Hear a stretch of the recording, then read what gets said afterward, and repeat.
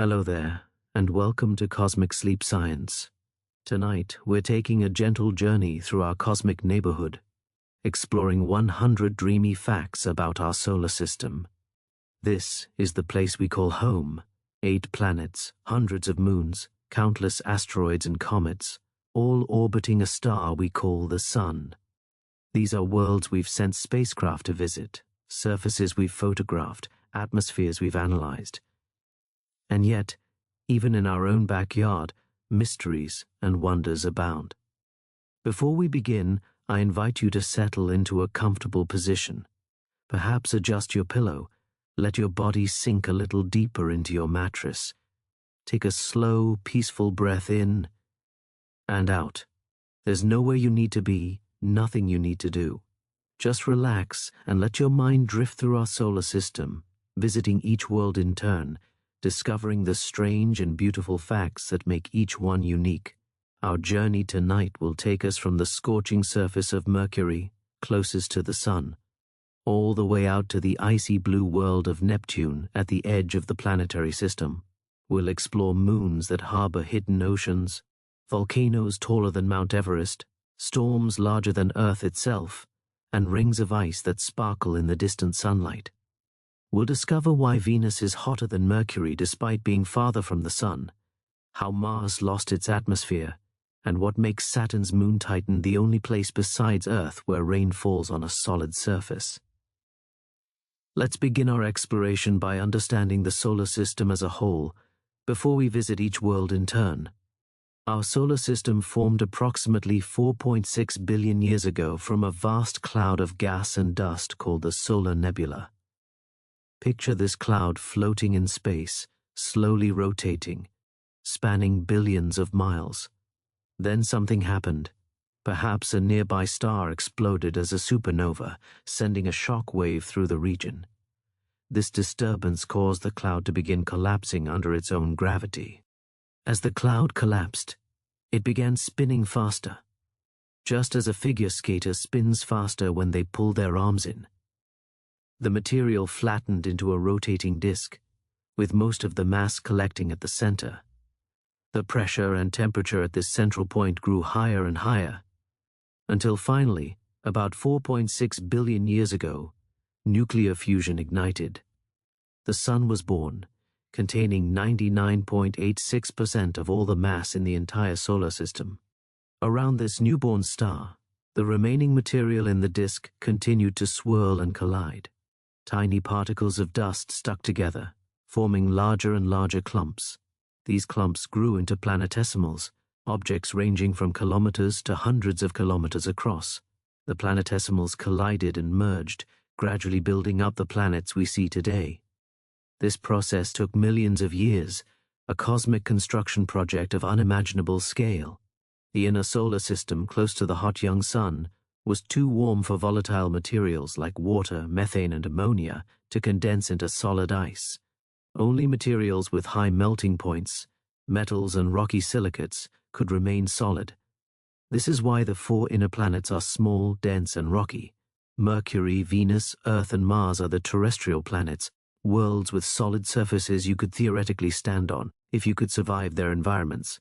Beyond about 5 astronomical units from the Sun, 5 times the distance from Earth to the Sun, temperatures were cold enough for water and other volatiles to freeze into ice. Here, in this colder region, the planets could grow much larger. Ice and rock accumulated to form massive cores, and these cores became so large their gravity could capture and hold vast amounts of hydrogen and helium gas from the surrounding nebula. This is how Jupiter and Saturn formed. The gas giants, enormous worlds made primarily of hydrogen and helium, with only small rocky cores deep inside. Even farther out, where temperatures dropped even lower, Uranus and Neptune formed. These are the ice giants, smaller than Jupiter and Saturn but still many times larger than Earth. They're composed primarily of water, methane, and ammonia ices, with atmospheres of hydrogen and helium. Beyond Neptune lies the Kuiper Belt, a region of icy bodies and dwarf planets including Pluto, and beyond that, extending halfway to the nearest star, is the Oort cloud, a vast spherical shell of frozen comets surrounding our entire solar system. The solar system is vast. If you could drive a car at highway speed from Earth to Pluto, the journey would take more than 6,000 years. Yet in cosmic terms, our solar system is tiny, a small island of planets orbiting an ordinary star in a galaxy containing hundreds of billions of other stars. Our solar system orbits the center of the Milky Way galaxy at a speed of about 515,000 miles per hour. Even at this tremendous speed, it takes approximately 230 million years to complete one orbit around the galactic center. The last time our solar system was in this position in its galactic orbit, dinosaurs had just begun to appear on Earth. Now, let's begin our tour of the worlds themselves, starting at the center with the star that makes everything possible. The Sun is not a planet, of course, but it dominates our solar system in every way. It contains 99.86% of all the mass in the solar system. All the planets, moons, asteroids, and comets combined make up less than 1/5 of 1% of the total mass. The Sun is so large that 1 million Earths could fit inside it. If the Sun were hollow, you could line up 109 Earths across its diameter. The Sun is a G-type main sequence star, what astronomers call a yellow dwarf, although it appears white to our eyes in space. Its surface temperature is about 5,500 degrees Celsius, hot enough to vaporize any known material. But the surface is cool compared to the core. Deep inside the Sun, at its center, the temperature reaches 15 million degrees Celsius, and the pressure is about 250 billion times Earth's atmospheric pressure. In this extreme environment, nuclear fusion occurs. Hydrogen atoms are forced together with such pressure that they fuse into helium, releasing tremendous amounts of energy. Every second, the Sun converts about 4 million tons of matter into pure energy through Einstein's famous equation E equals mc squared. This energy radiates outward through the Sun's layers, taking thousands of years to work its way from the core to the surface, before finally streaming out into space as light and heat. The light you see when you look at the Sun left its surface 8 minutes and 20 seconds ago. That's how long sunlight takes to travel the 93 million miles from the Sun to Earth.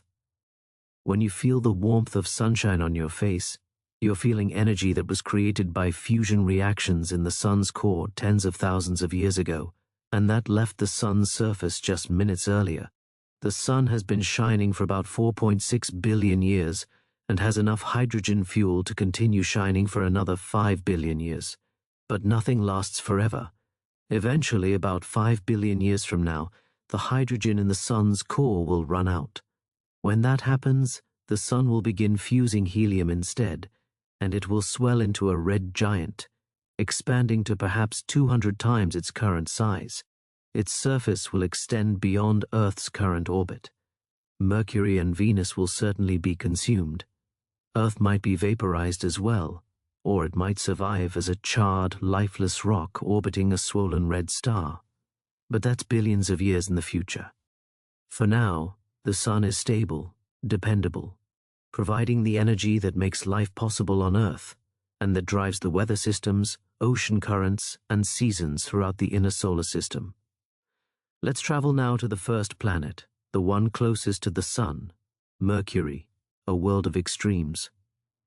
Mercury is the smallest planet in our solar system, only slightly larger than Earth's moon. Its diameter is about 3,000 miles, making it smaller than some of the moons of Jupiter and Saturn. Despite its small size, Mercury is the second densest planet after Earth, with a huge iron core that makes up about 61% of the planet's volume. For comparison, Earth's core is only about 16% of its volume. Scientists aren't entirely sure why Mercury's core is so large, but one theory suggests that a massive impact early in the solar system's history may have stripped away much of Mercury's rocky outer layers, leaving the dense core relatively exposed. Mercury orbits the Sun at an average distance of about 36 million miles, closer than any other planet. Because it's so close to the Sun, Mercury travels around its orbit very quickly, completing one trip in just 88 Earth days. This is the shortest year of any planet. Mercury also has the most eccentric orbit of any planet except Pluto. Its distance from the Sun varies significantly as it travels its elongated elliptical path. But while Mercury's orbit is fast, its rotation is incredibly slow. Mercury takes 58.6 Earth days to rotate once on its axis. This creates a strange situation. Because of Mercury's slow rotation and fast orbit, a day on Mercury, measured from sunrise to sunrise, lasts 176 Earth days, exactly 2 Mercurian years. This means that if you stood on Mercury's surface and watched the sun rise, it would take 88 days to reach noon, and then another 88 days for the sun to set. You'd experience one sunrise, one sunset, and 2 complete orbits around the sun, all in the time it took Mercury to complete one solar day. This slow rotation and proximity to the sun create the most extreme temperature variations of any planet. During the long Mercurian day, when one side faces the sun for 88 Earth days, surface temperatures soar to about 430 degrees Celsius, hot enough to melt lead. But Mercury has almost no atmosphere to trap heat, so when night finally comes, temperatures plummet to minus 180 degrees Celsius.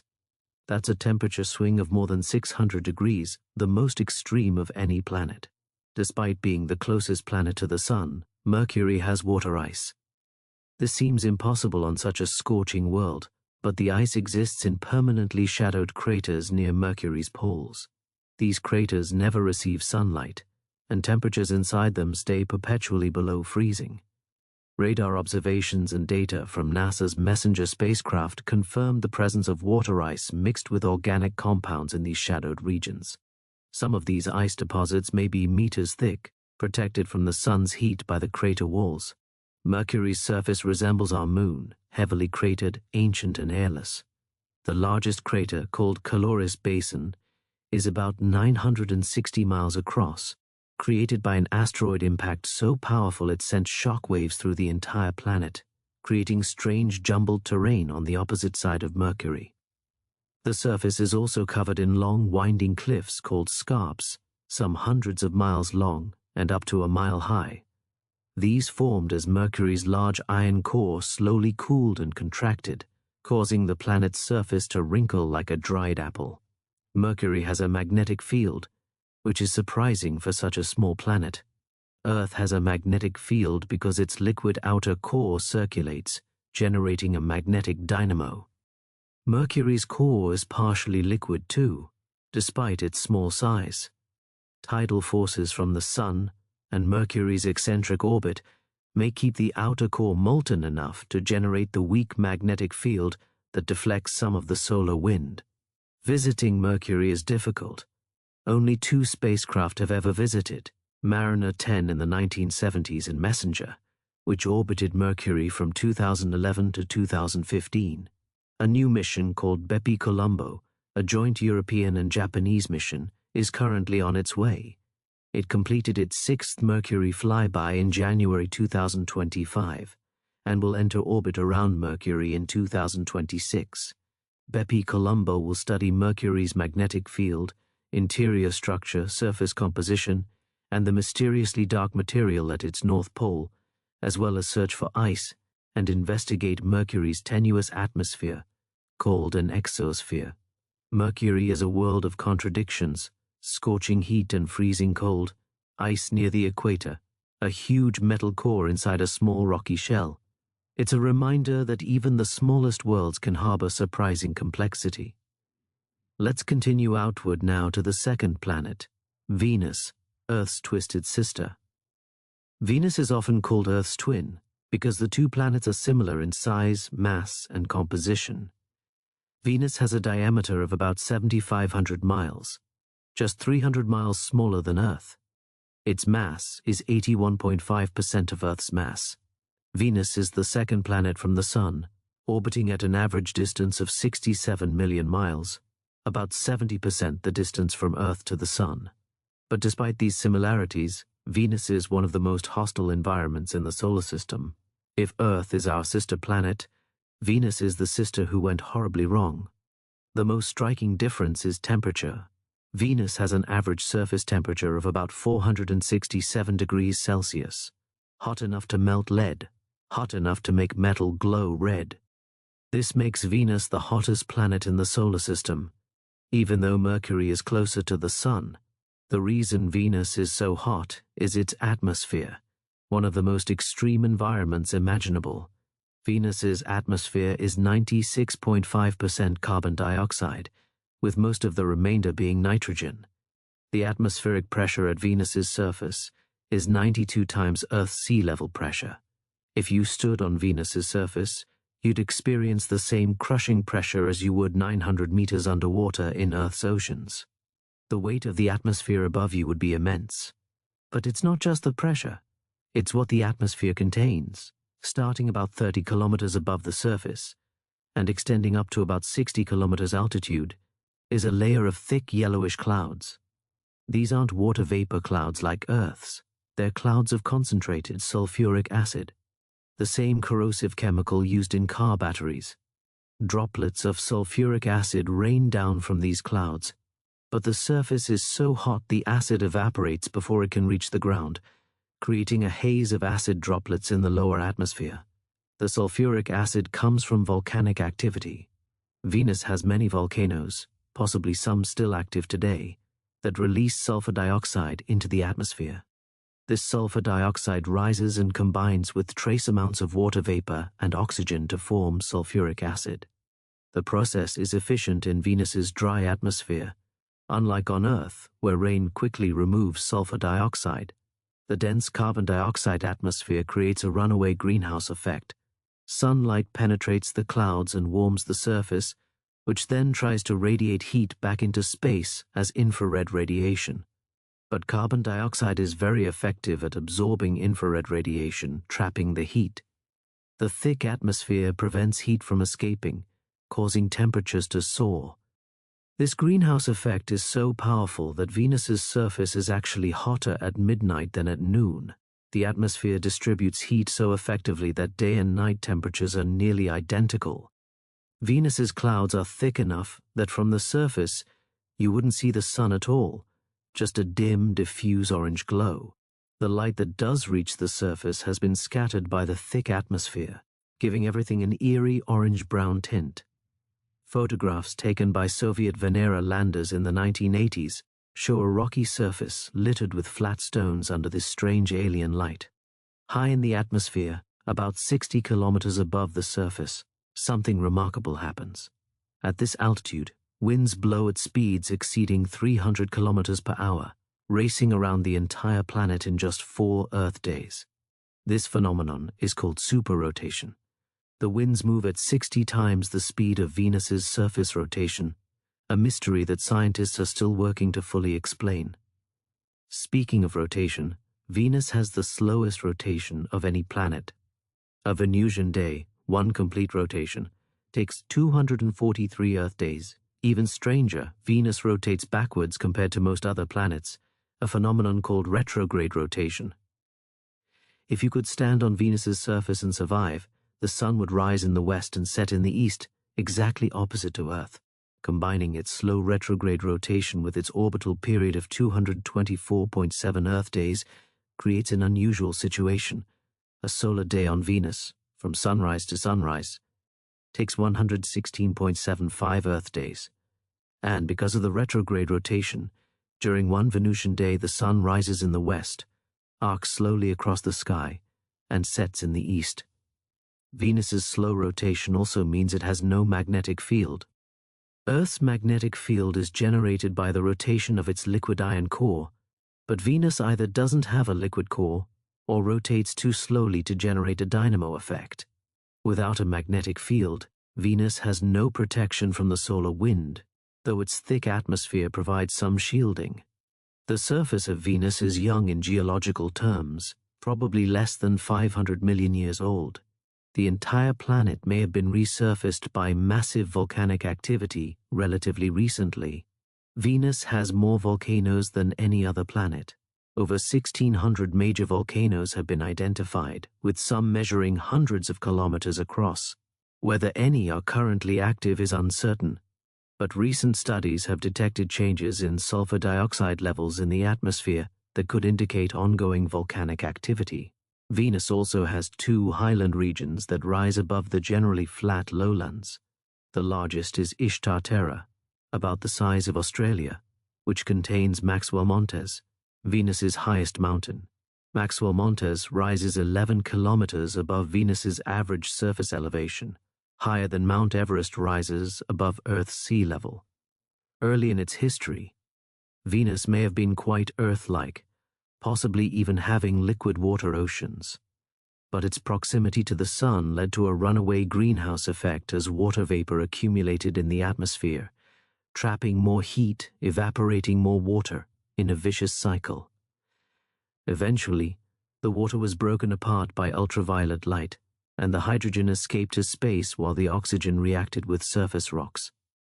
Today, Venus is bone dry, with only trace amounts of water vapor in its atmosphere. Despite its hellish conditions, Venus remains a target for exploration. NASA and other space agencies have proposed missions to study Venus's atmosphere and surface in greater detail. Some scientists even propose that high in Venus's atmosphere, around 50 to 60 kilometers altitude, where temperatures are moderate and pressure is similar to Earth's, microbes might survive in the sulfuric acid clouds, feeding on sunlight and sulfur compounds. It's speculative, but Venus's upper atmosphere is one of the few places in the solar system where life might conceivably exist outside Earth. Venus is a warning about what can happen when a greenhouse effect runs out of control, transforming a world that might once have resembled Earth into a sulfurous hell. It's also a reminder that planets of similar size and composition can have wildly different fates depending on their distance from their star and the evolution of their atmospheres. From Venus, we continue outward to the third planet, the one we know best, Earth, the pale blue dot. Earth is our home, the only place in the universe where we know with certainty that life exists. It's the largest of the terrestrial planets, with a diameter of about 7,900 miles. Earth orbits the Sun at an average distance of 93 million miles, a distance astronomers call one astronomical unit, which serves as a convenient measuring stick for distances within the solar system.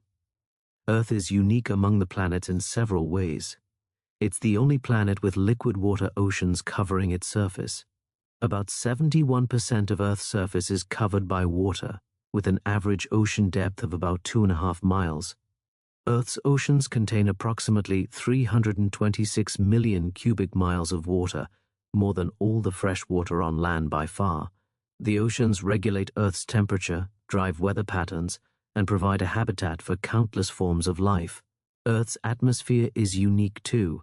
It's 78% nitrogen, 21% oxygen, and small amounts of argon, carbon dioxide, and other gases.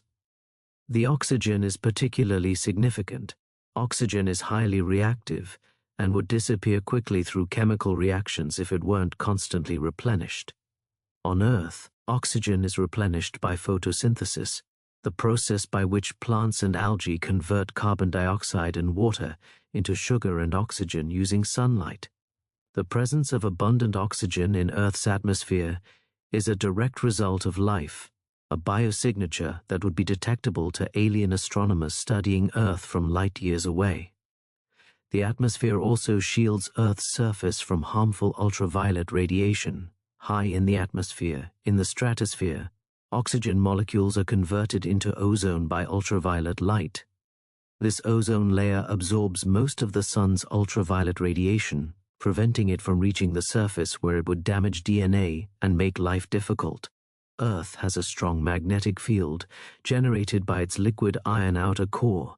The outer core churns and circulates, driven by heat from the inner core and by compositional differences, creating what's called a geodynamo. This magnetic field extends thousands of miles into space, forming the magnetosphere, which deflects the solar wind and protects Earth's atmosphere from being stripped away. Without this protection, Earth might have lost much of its atmosphere over billions of years as Mars did. Earth is geologically active. Its surface is divided into tectonic plates that move slowly over the underlying mantle. These plates collide, pull apart, and slide past each other, creating mountains, earthquakes, and volcanoes. The Himalayas, for example, are still rising as the Indian plate pushes into the Eurasian plate. The mid-Atlantic ridge is slowly spreading as the Americas move away from Europe and Africa. This tectonic activity recycles Earth's crust, bringing fresh minerals to the surface and regulating the levels of carbon dioxide in the atmosphere over millions of years. Earth has one natural satellite, the Moon. The Moon is unusually large compared to Earth, about 1/4 Earth's diameter, making the Earth-Moon system almost a double planet. The Moon formed about 4.5 billion years ago when a Mars-sized object called Theia collided with the early Earth.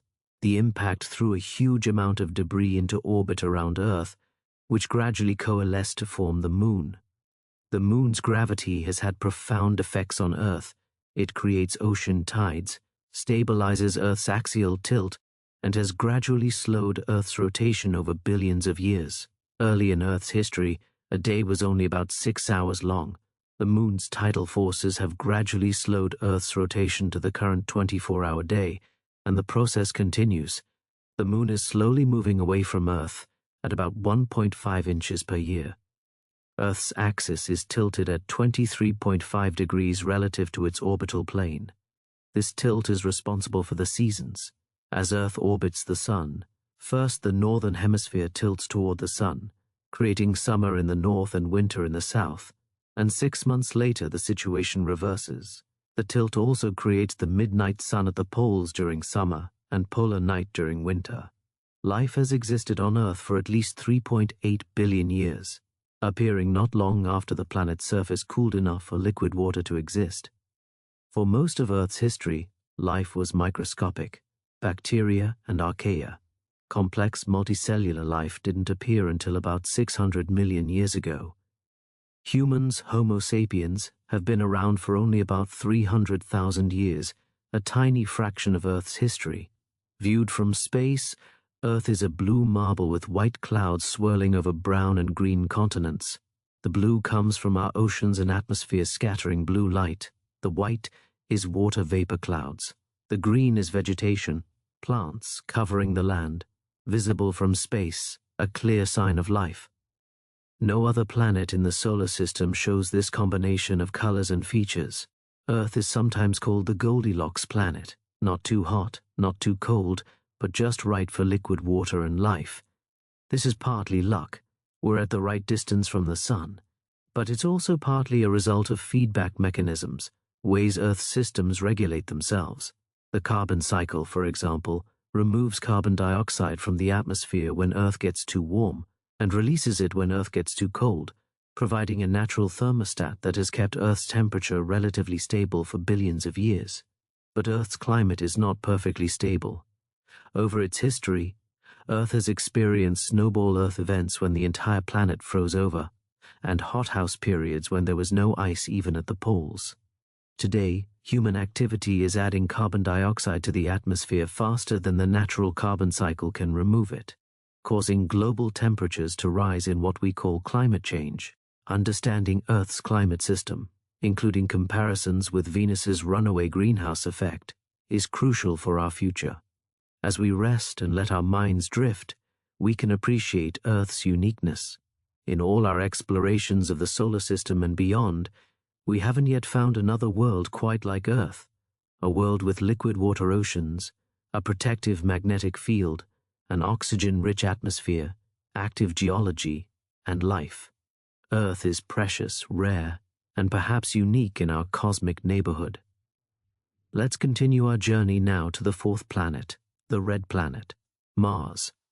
Mars has captivated human imagination for centuries. Its reddish color, visible to the naked eye, made ancient cultures associate it with blood and war. The Romans named it after their god of war, Mars. Today, Mars remains one of the most studied planets because it's the most Earth-like world in our solar system, and because it may have once harbored life or might still harbor life today. Mars is about half the diameter of Earth. with a radius of about 2,100 miles. It's the second smallest planet after Mercury. Its mass is only about 11% of Earth's mass, and its gravity is 38% of Earth's. If you weigh 150 pounds on Earth, you'd weigh only about 57 pounds on Mars. Mars orbits the Sun at an average distance of about 142 million miles, about 1.5 times Earth's distance from the Sun. A Martian year lasts 687 Earth days, nearly twice as long as an Earth year. But a Martian day, called a sol, is remarkably similar to Earth's, 24 hours and 39 minutes. This similarity in day length makes Mars particularly suitable for human exploration, as astronauts could maintain near normal sleep cycles. Mars's axis is tilted at 25 degrees, almost the same as Earth's 23.5 degrees, which means Mars has seasons just like Earth. However, because Mars's orbit is more elliptical than Earth's, the seasons are unequal in length. The southern hemisphere summer is shorter and hotter than northern hemisphere summer, while southern winter is longer and colder.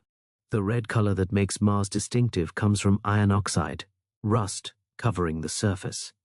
The Martian surface is predominantly iron-rich rock and dust that has oxidized over billions of years.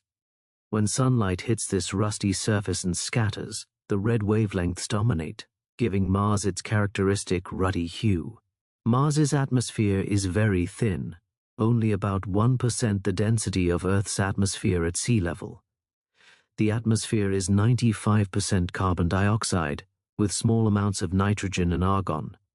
The thin atmosphere means surface pressure on Mars is only about 0.6% of Earth's sea level pressure. This is below the triple point of water, which means liquid water cannot exist on Mars's surface under current conditions. Any water would instantly either freeze or evaporate. Despite the thin atmosphere, Mars has weather. Dust devils skitter across the plains. Seasonal dust storms can sometimes grow to envelope the entire planet, as happened in 2018 when a global dust storm shut down NASA's Opportunity rover. During winter, carbon dioxide from the atmosphere freezes out at the poles, forming dry ice caps that grow and shrink with the seasons. Mars has 2 permanent ice caps at its poles, visible even through small telescopes from Earth. These polar caps are made of water ice and frozen carbon dioxide. The northern cap is largely water ice, while the southern cap is a mixture of water and carbon dioxide ice. The caps grow significantly during winter when carbon dioxide freezes out of the atmosphere, and shrink in summer when the carbon dioxide sublimes back into gas. The most dramatic feature on Mars is Olympus Mons, the largest volcano in the solar system. Olympus Mons rises 21.1 kilometers above the surrounding plains, about 2.5 times the height of Mount Everest. To put this in perspective, if you stood at the base of Olympus Mons, the summit would be beyond the horizon, hidden by the curvature of Mars.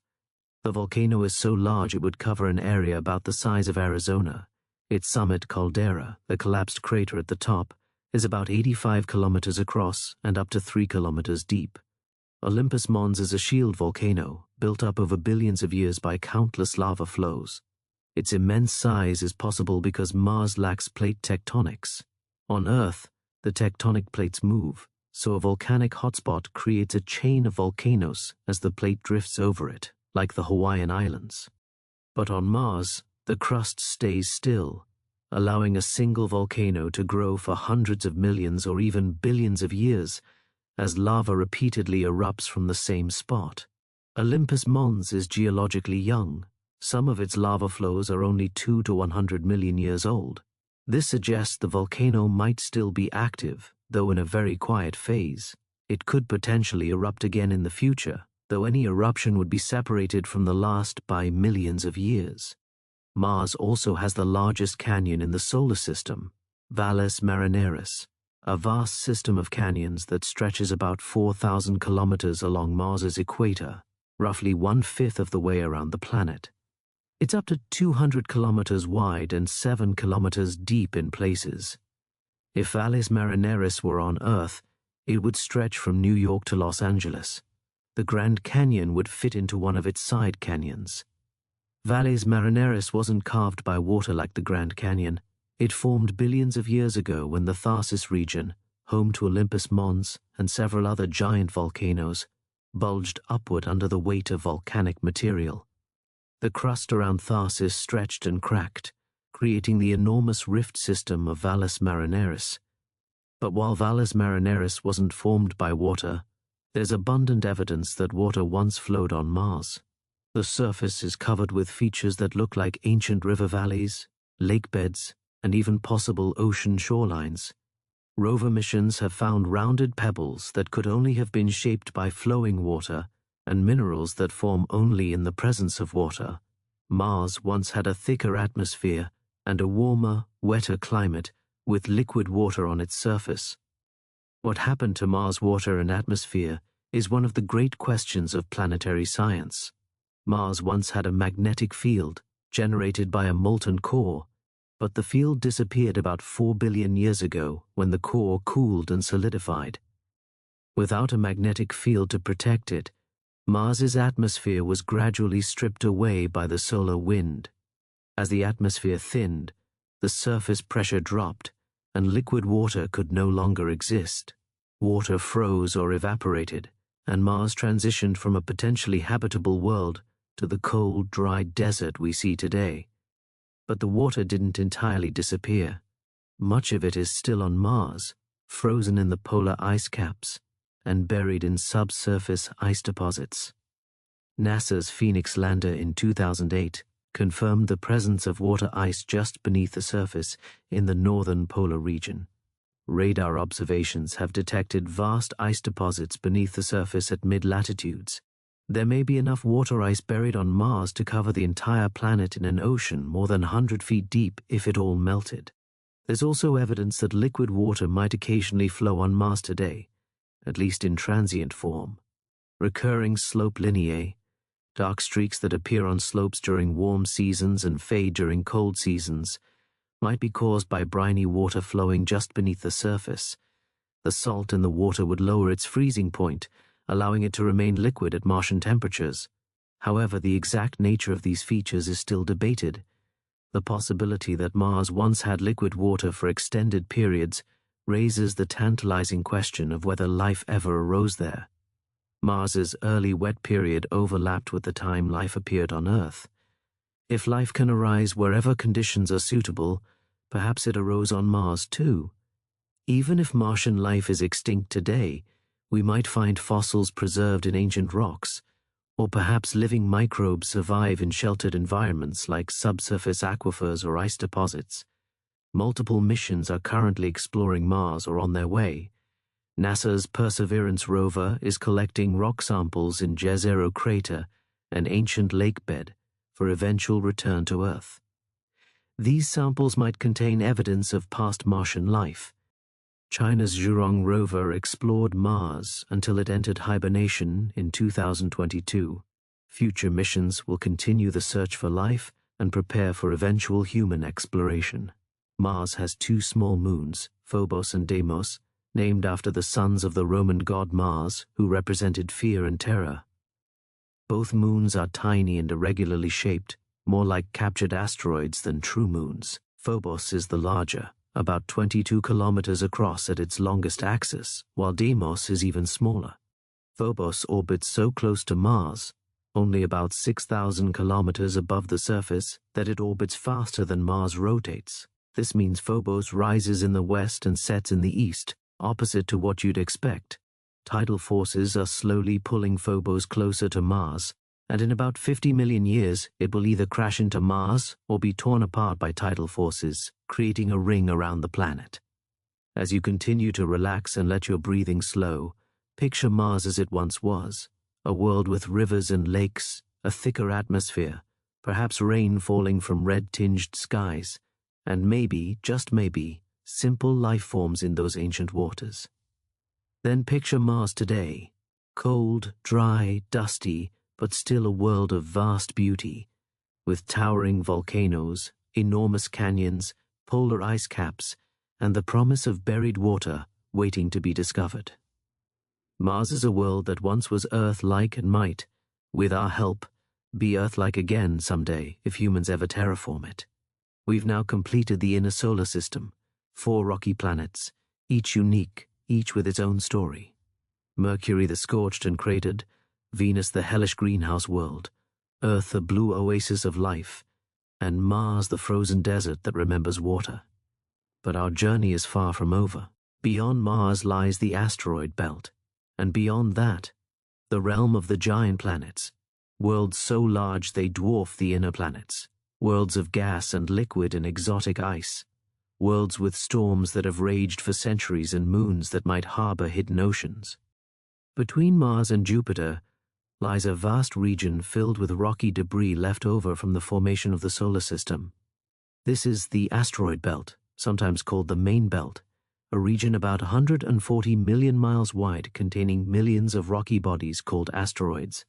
The asteroid belt might sound crowded, but it's actually mostly empty space.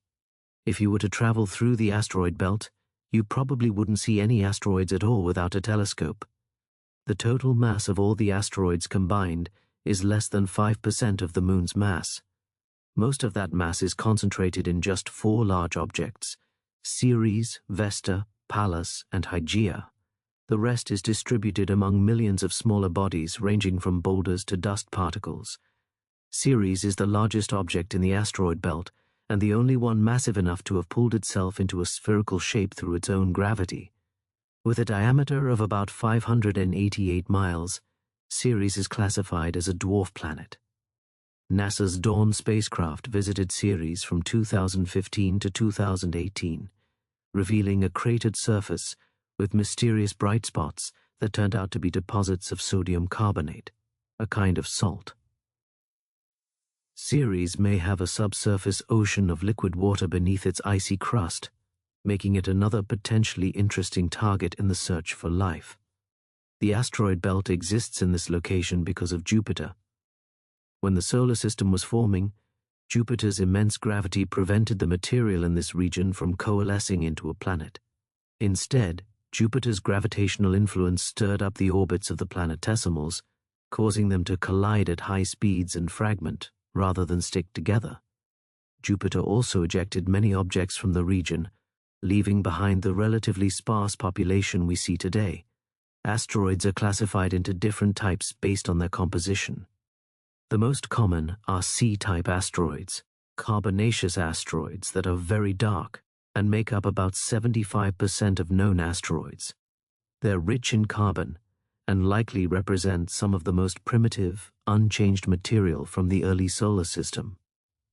S-type asteroids are made of silicate rock and nickel iron and make up about 17% of asteroids.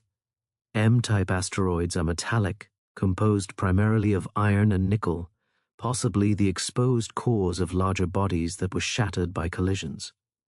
Some asteroids have moons of their own.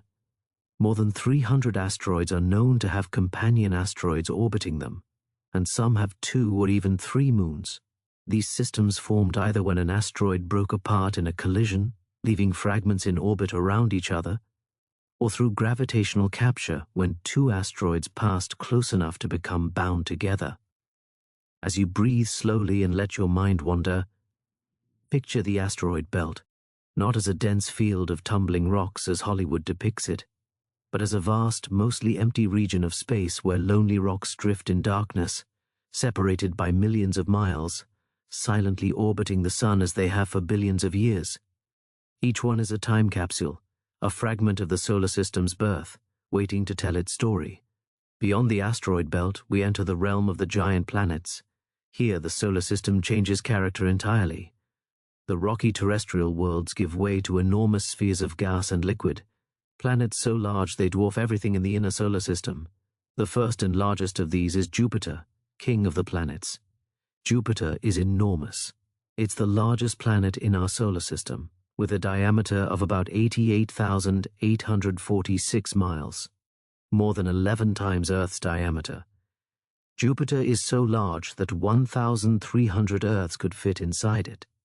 Its mass is 318 times Earth's mass, which is more than twice the mass of all the other planets combined. Jupiter is so massive that the center of mass between Jupiter and the Sun doesn't lie at the Sun's center, but rather at a point just above the Sun's surface. In a sense, Jupiter and the Sun orbit each other, though Jupiter's orbit is much larger.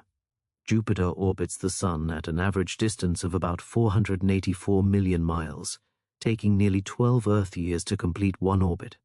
But despite its enormous size, Jupiter rotates very quickly.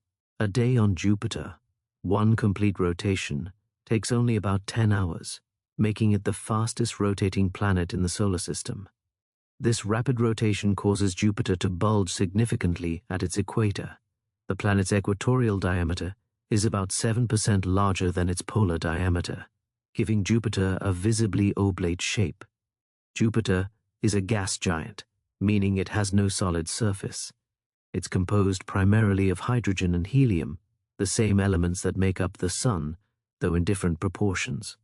If you could somehow descend into Jupiter's atmosphere, you'd pass through layer after layer of increasingly dense gas.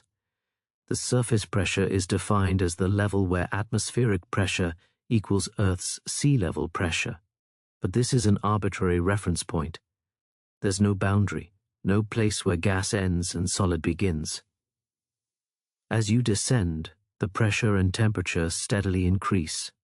The hydrogen gas becomes denser and denser, eventually transitioning into a liquid state. Deeper still, at pressures about 2 million times Earth's atmospheric pressure and temperatures around 6,000 degrees Celsius, the hydrogen transforms into an exotic state called metallic hydrogen, where hydrogen atoms are squeezed so tightly their electrons break free, and the material conducts electricity like a metal. This has never been created in a laboratory under controlled conditions for more than a fraction of a second, but inside Jupiter, there's an entire ocean of metallic hydrogen, thousands of kilometers deep. At Jupiter's center, about 43,000 miles below the cloud tops, may be a rocky or icy core with perhaps 10 to 20 times the mass of Earth. However, at the extreme temperatures and pressures that exist there, perhaps 40,000 degrees Celsius and tens of millions of times Earth's atmospheric pressure, the distinction between rock, metal, and liquid becomes meaningless. Matter exists in states that have no analog on Earth. Jupiter's most visible feature is its colorful bands of clouds. The light-colored bands are called zones, and they're regions where gas rises from deeper in the atmosphere, cools, and forms ammonia ice clouds high in the atmosphere. The darker bands are called belts, regions where gas sinks back down into the planet. These bands are essentially jet streams, rivers of air flowing at hundreds of miles per hour around the planet. Jupiter has multiple jet streams, some flowing eastward and others westward, creating the characteristic striped pattern. The colors in Jupiter's clouds come from complex chemistry. The white zones are ammonia ice. The brown and orange colors in the belts likely come from compounds containing sulfur, phosphorus, or organic molecules created by lightning or ultraviolet radiation breaking apart and recombining atmospheric gases. The exact chemistry is still being studied. Jupiter's most famous feature is the Great Red Spot, a gigantic storm that has been raging for at least 350 years, since it was first observed by astronomers in the 17th century. Some evidence suggests it may have existed even longer. The Great Red Spot is an anticyclone, a high-pressure region where winds rotate counterclockwise in Jupiter's southern hemisphere. The storm is enormous, currently about 10,160 miles wide, large enough to swallow Earth completely, though it has been shrinking in recent decades and was once much larger. Wind speeds within the Great Red Spot reach about 270 miles per hour at the storm's edge.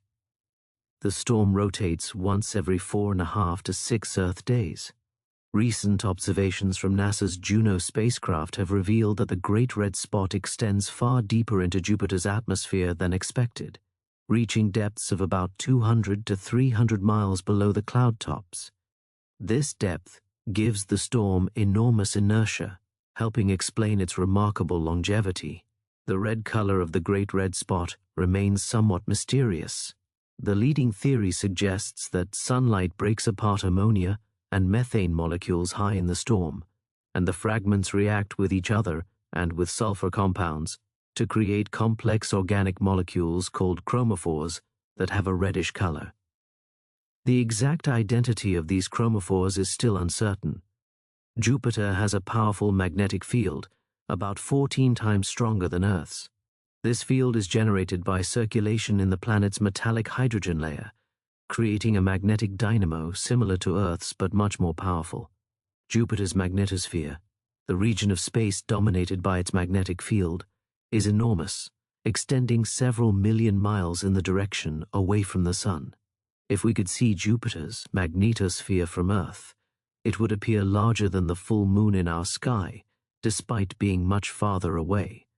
The magnetosphere traps charged particles from the solar wind, creating intense radiation belts far more dangerous than Earth's Van Allen belts.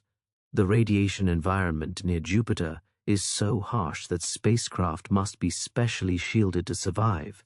The Juno spacecraft, currently orbiting Jupiter, has walls of titanium to protect its electronics from the radiation. Jupiter also has faint rings, though nowhere near as spectacular as Saturn's. The rings were discovered by Voyager 1 in 1979 and are made primarily of dust knocked off Jupiter's innermost moons by meteorite impacts. The dust particles slowly spiral into Jupiter as they lose energy through interactions with Jupiter's magnetic field. But Jupiter's greatest treasures are its moons. Jupiter has at least 95 known moons, and more are being discovered regularly. Most of these are small, irregular chunks of rock and ice, likely captured asteroids. But Jupiter has 4 large moons, massive enough to be worlds in their own right. These are the Galilean moons, discovered by Galileo Galilei in 1610, when he pointed his newly built telescope at Jupiter and saw 4 bright points of light moving around the planet from night to night. The discovery of these moons orbiting Jupiter was revolutionary. It provided the first observational evidence that not everything in the cosmos revolves around Earth, supporting the Copernican model of the solar system with planets orbiting the Sun. The 4 Galilean moons are, in order from Jupiter outward, Io, Europa, Ganymede, and Callisto.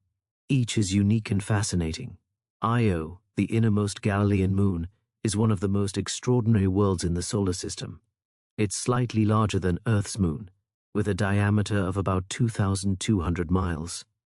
Io is the most volcanically active body in the solar system, with more than 400 active volcanoes continuously erupting across its surface. Some of these volcanic plumes shoot material up to 300 miles above the surface. Io's surface is constantly being resurfaced by lava, making it the youngest surface in the solar system with essentially no impact craters, because they're quickly buried by new lava flows. The volcanic activity is powered by tidal heating. Io orbits very close to Jupiter, and its orbit is kept slightly elliptical by gravitational interactions with Europa and Ganymede in a phenomenon called orbital resonance. For every 4 orbits Io completes, Europa completes exactly 2, and Ganymede completes exactly 1. This precise mathematical relationship, called a 4-to-2-to-1 resonance, means the 3 moons periodically align and tug on each other gravitationally, preventing their orbits from becoming perfectly circular. As Io travels its elliptical orbit, Jupiter's gravitational pull varies in strength, sometimes stronger when Io is closer, sometimes weaker when farther away. This varying pull kneads and flexes Io like a rubber ball being squeezed and released over and over. The friction from this constant flexing heats Io's interior, melting rock into magma that erupts through volcanoes. Without this tidal heating, Io would probably be cold and dead like our moon. Io's volcanoes are powerful. Lava temperatures can exceed 1,300 degrees Celsius, hotter than most volcanic eruptions on Earth today, and similar to Earth's volcanism billions of years ago when our planet was younger and hotter. The lava is basaltic, similar to the lava that flows from volcanoes in Hawaii or Iceland, But Io also has sulfur dioxide snow, yellow and white deposits of sulfur compounds that cover much of the surface, giving Io a mottled yellow, orange, white, red, and black appearance that has been compared to a pizza. Europa, the next moon outward, is one of the smoothest objects in the solar system. It's slightly smaller than Io, about 1,940 miles in diameter. Europa's surface is covered by a shell of water ice that appears bright and reflective. The surface is crisscrossed by dark lines and fractures, giving it an appearance reminiscent of a cracked eggshell. There are very few impact craters on Europa, suggesting the surface is young and geologically active, continuously renewing itself. Beneath Europa's icy shell lies one of the most exciting targets in the search for extraterrestrial life, a global ocean of liquid water. Multiple lines of evidence support this ocean's existence. Europa's magnetic field varies in a way consistent with a subsurface conducting layer, likely salty water. The moon's surface shows features that look like icebergs frozen in place and regions where the ice appears to have been disrupted from below. Computer models of Europa's interior, taking into account tidal heating from Jupiter's gravity, suggest the ice shell is probably 10 to 15 miles thick, beneath which lies an ocean potentially 60 miles deep, containing more than twice the volume of water in all of Earth's oceans combined. This ocean is kept liquid by tidal heating, similar to but less intense than what heats Io. Europa's ice shell insulates the ocean, preventing it from freezing in the cold of deep space. The ocean may be in contact with Europa's rocky mantle below, allowing minerals and chemical elements to dissolve into the water. On Earth, hydrothermal vents on the ocean floor, where hot mineral-rich water emerges from cracks in the crust, support thriving ecosystems of unusual organisms that don't depend on sunlight. Europa might have similar vents. Recent observations by the James Webb Space Telescope detected carbon dioxide on Europa's surface, particularly in the region called Terra Regio, one of the youngest and most geologically active areas. The carbon appears to come from Europa's interior, suggesting the subsurface ocean contains carbon, one of the essential building blocks of life. This discovery increases the possibility that Europa's ocean might harbor some form of life. However, a study published in January 2026 cast some doubt on the extent of life's potential on Europa. Research analyzing the oxidant production and ocean transport suggests that the supply of oxidants, compounds that could provide energy for life, might be lower than previously thought, though the ocean still remains potentially habitable. NASA's Europa Clipper spacecraft, launched in October 2024, is currently on its way to Jupiter and will arrive in 2030 to conduct detailed studies of Europa's ice shell, ocean, and potential habitability. Ganymede, the third Galilean moon, is the largest moon in the entire solar system. With a diameter of about 3,270 miles, Ganymede is larger than the planet Mercury, though not as massive because it contains significant amounts of water ice, which is less dense than rock and metal. If Ganymede orbited the Sun instead of Jupiter, it would be classified as a planet. Ganymede has a varied surface with two main types of terrain. Dark regions are old and heavily cratered, representing ancient crust.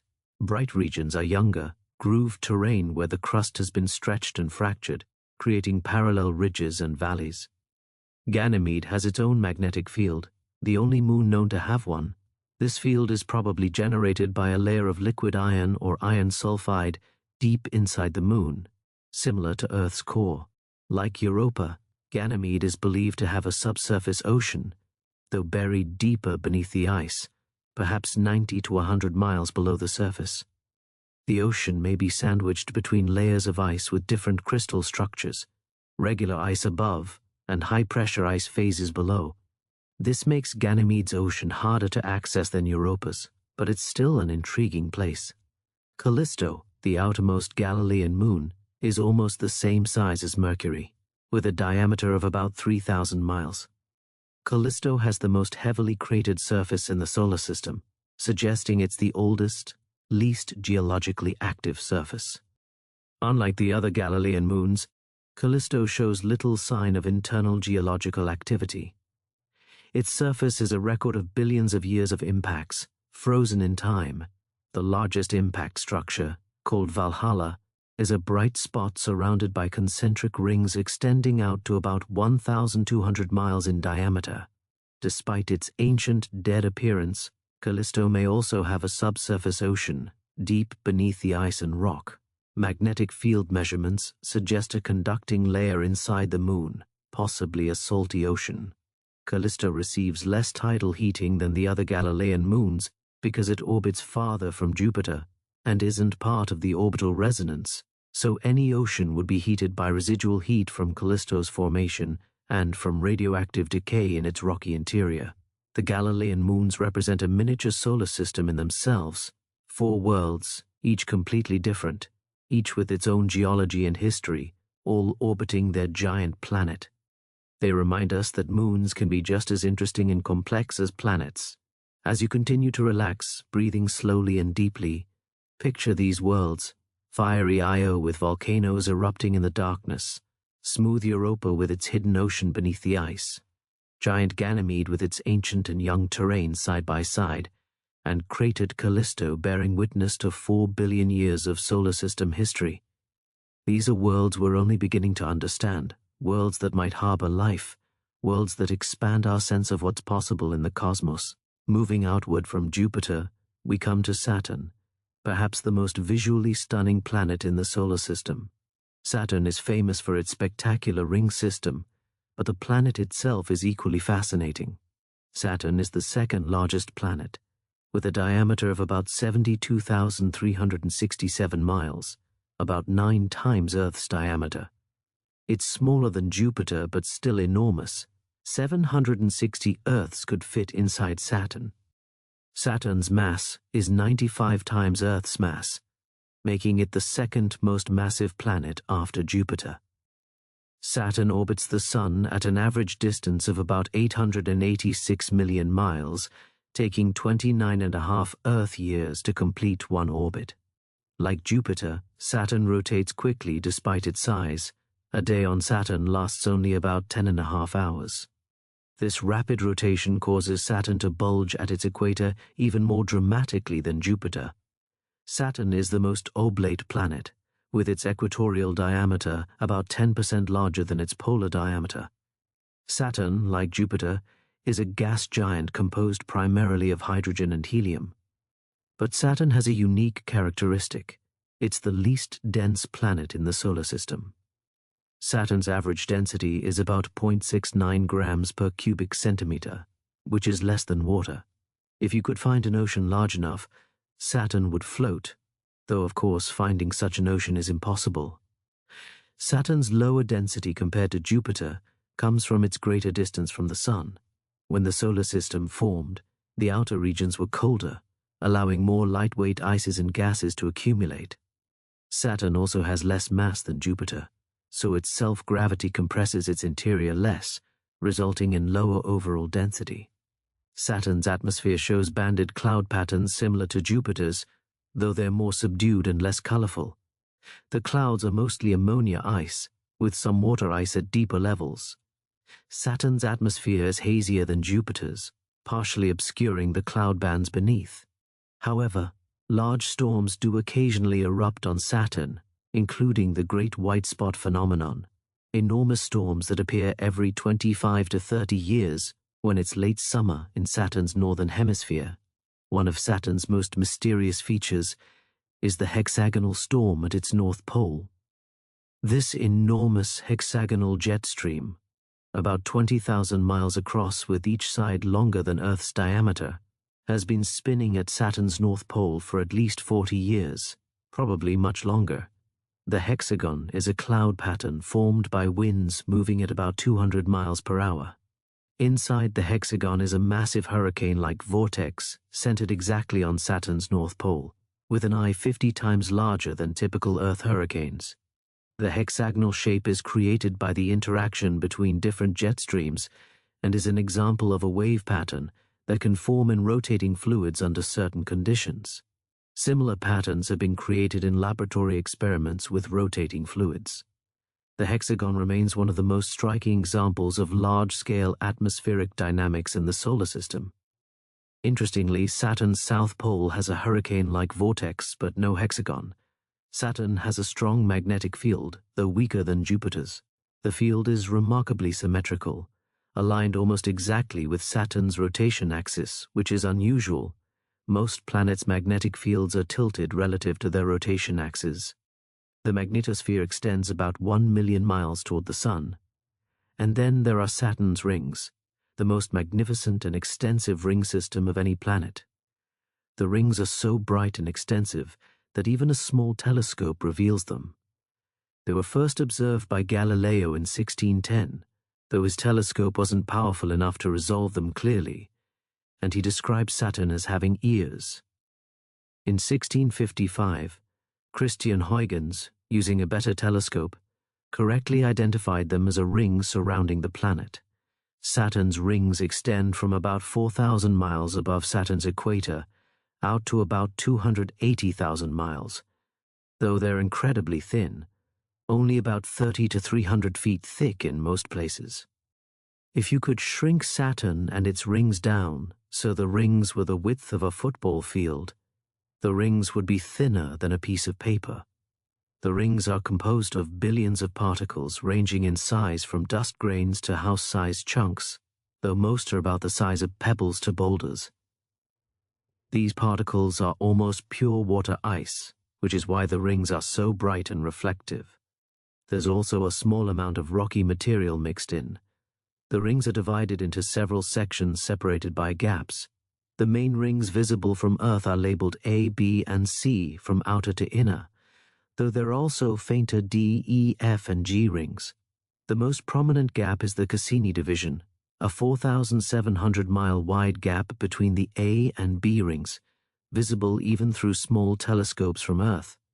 This gap is maintained by gravitational resonances with Saturn's moons, particularly Mimas. Particles in the Cassini division would orbit twice for every one orbit of Mimas, and Mimas's repeated gravitational tugs gradually clear particles out of this region. The origin of Saturn's rings is still debated.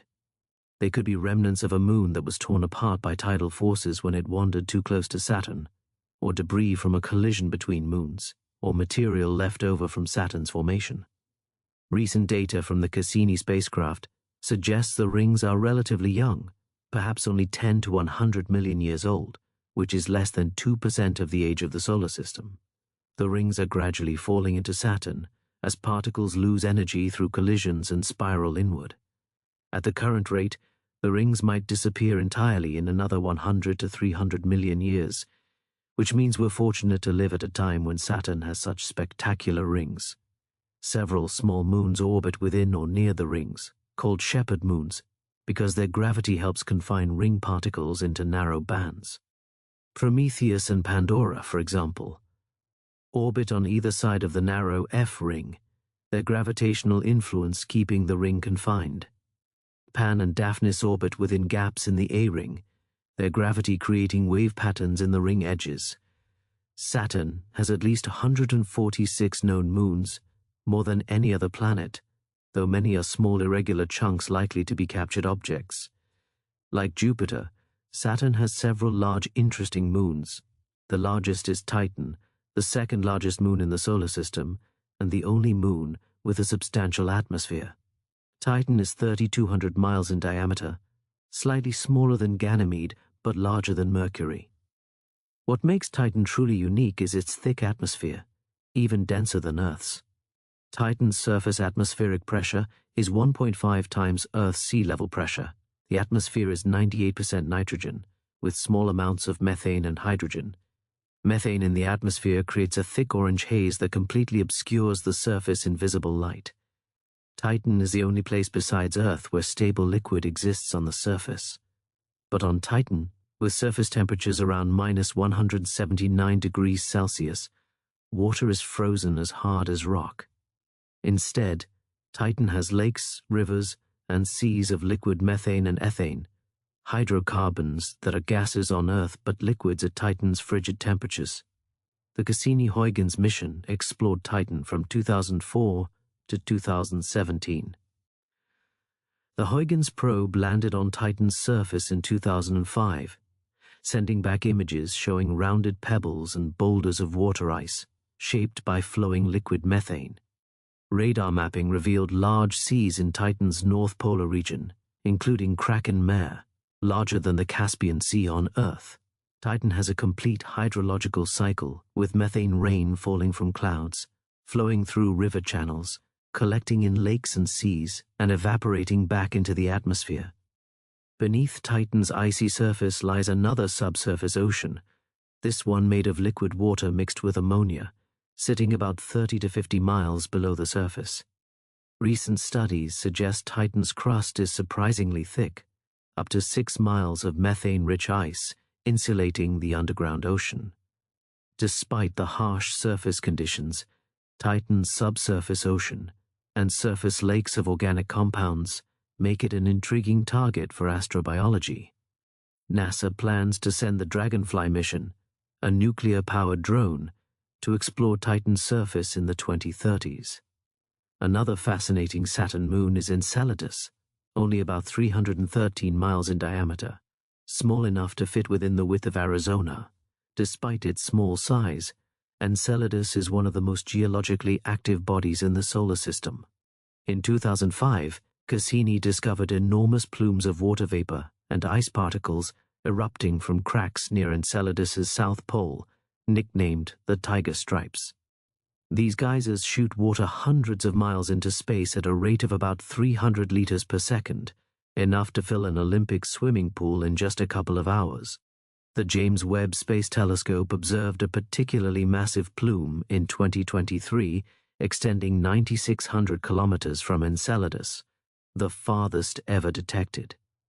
The ejected material forms Saturn's E-ring, the outermost ring, a gossamer band of microscopic ice particles created continuously by Enceladus's activity. The water comes from a global subsurface ocean, perhaps 6 to 10 miles beneath Enceladus's icy shell. The ocean is kept liquid by tidal heating from Saturn, similar to Europa. Cassini flew through the plumes multiple times, sampling their composition. The spacecraft detected water vapor, ice particles, salts, silica, and organic molecules, including methane and complex carbon compounds. The presence of silica suggests the ocean is in contact with Enceladus's rocky core, potentially creating hydrothermal vents similar to Earth's ocean floors. The combination of liquid, water, organic chemistry, and energy sources makes Enceladus one of the highest priority targets in the search for life beyond Earth. Future missions may sample the plumes more thoroughly, or even attempt to drill through the ice to reach the ocean below. Saturn's moon Iapetus has one of the strangest appearances in the solar system. One hemisphere is bright white ice, while the other is dark brown or black, creating a dramatic two-toned appearance. The dark material may be dust from Saturn's outermost moons accumulating on Iapetus's leading hemisphere as it orbits, or it may come from eruptions within Iapetus itself. The moon also has an enormous equatorial ridge, 15 miles high in places, running along much of its equator, giving Iapetus a walnut-like appearance. The origin of this ridge remains unexplained. As you rest and let your thoughts drift, imagine sailing through Saturn's rings, ice particles sparkling in the distant sunlight, stretching out to the horizon in every direction. Imagine standing on Titan's surface under orange skies, watching methane rain fall and flow into alien rivers. Imagine the geysers of Enceladus shooting crystalline ice hundreds of miles into the black sky, the plumes catching sunlight and glowing against the darkness. These are worlds of wonder, each one unique, each one expanding our understanding of what planets and moons can be. Moving outward from Saturn, we journey now into the realm of the ice giants. The next two planets, Uranus and Neptune, are different from Jupiter and Saturn. While Jupiter and Saturn are mostly hydrogen and helium like the Sun, Uranus and Neptune contain much larger proportions of water, methane, and ammonia ices in their interiors. These are the ice giants, colder and smaller than the gas giants, but still enormous compared to the rocky terrestrial planets. Uranus is the seventh planet from the Sun, orbiting at an average distance of about 1.8 billion miles. At this distance, sunlight is extremely faint, only about 1/400th as bright as it is on Earth. Uranus takes 84 Earth years to complete one orbit around the Sun, moving slowly through its distant path. Uranus has a diameter of about 31,518 miles, making it the third largest planet after Jupiter and Saturn. About 63 Earths could fit inside Uranus. Its mass is 14.5 times Earth's mass, and its gravity is slightly less than Earth's. If you weigh 150 pounds on Earth, you'd weigh about 134 pounds on Uranus. What makes Uranus truly unique is its rotation. Uranus is tilted on its side. Most planets spin more or less upright relative to the plane of the solar system, with their poles pointing roughly up and down. Earth, for example, has an axial tilt of 23.5 degrees, which gives us seasons, but Uranus has an axial tilt of 98 degrees. This means Uranus essentially rolls around the Sun on its side, with its poles pointing almost directly at the Sun at different points in its orbit. This extreme tilt creates the strangest seasons in the solar system. During Uranus's 84-year orbit, each pole experiences 42 years of continuous sunlight, followed by 42 years of continuous darkness. When Voyager 2 flew by Uranus in 1986, Uranus's south pole was pointed almost directly at the Sun, meaning the southern hemisphere was in perpetual daylight, while the northern hemisphere languished in decades-long darkness. Now, in 2026, Uranus's equator is facing the Sun, but by the middle of this century, it will be the North Pole's turn to bask in sunlight for 42 years, while the South freezes in darkness. What caused Uranus to tip over on its side? For decades, astronomers assumed a massive collision with an Earth-sized object early in the solar system's history knocked Uranus sideways. But in 2022, a new theory was proposed. Computer simulations suggested that Uranus might have once had a large moon that gradually migrated outward. As the moon moved away, its gravitational influence on Uranus created a resonance effect that slowly tilted the planet over millions of years. Eventually, when Uranus reached about 80 degrees of tilt, the system became gravitationally unstable. The moon either crashed back into Uranus or was flung out of the system, leaving Uranus frozen at its current 98-degree tilt. This theory could explain not only Uranus's tilt, but also some features of its moon system. Uranus rotates relatively quickly despite its odd orientation, with a day lasting about 17 hours and 14 minutes. The planet's rapid rotation, combined with its low density, causes it to bulge at its equator, though not as dramatically as Jupiter or Saturn. Uranus's atmosphere is primarily hydrogen and helium, but with a higher proportion of methane than Jupiter or Saturn. The methane is what gives Uranus its distinctive blue-green color. Methane absorbs red light from the Sun and reflects blue and green light back into space, creating the planet's serene aqua appearance.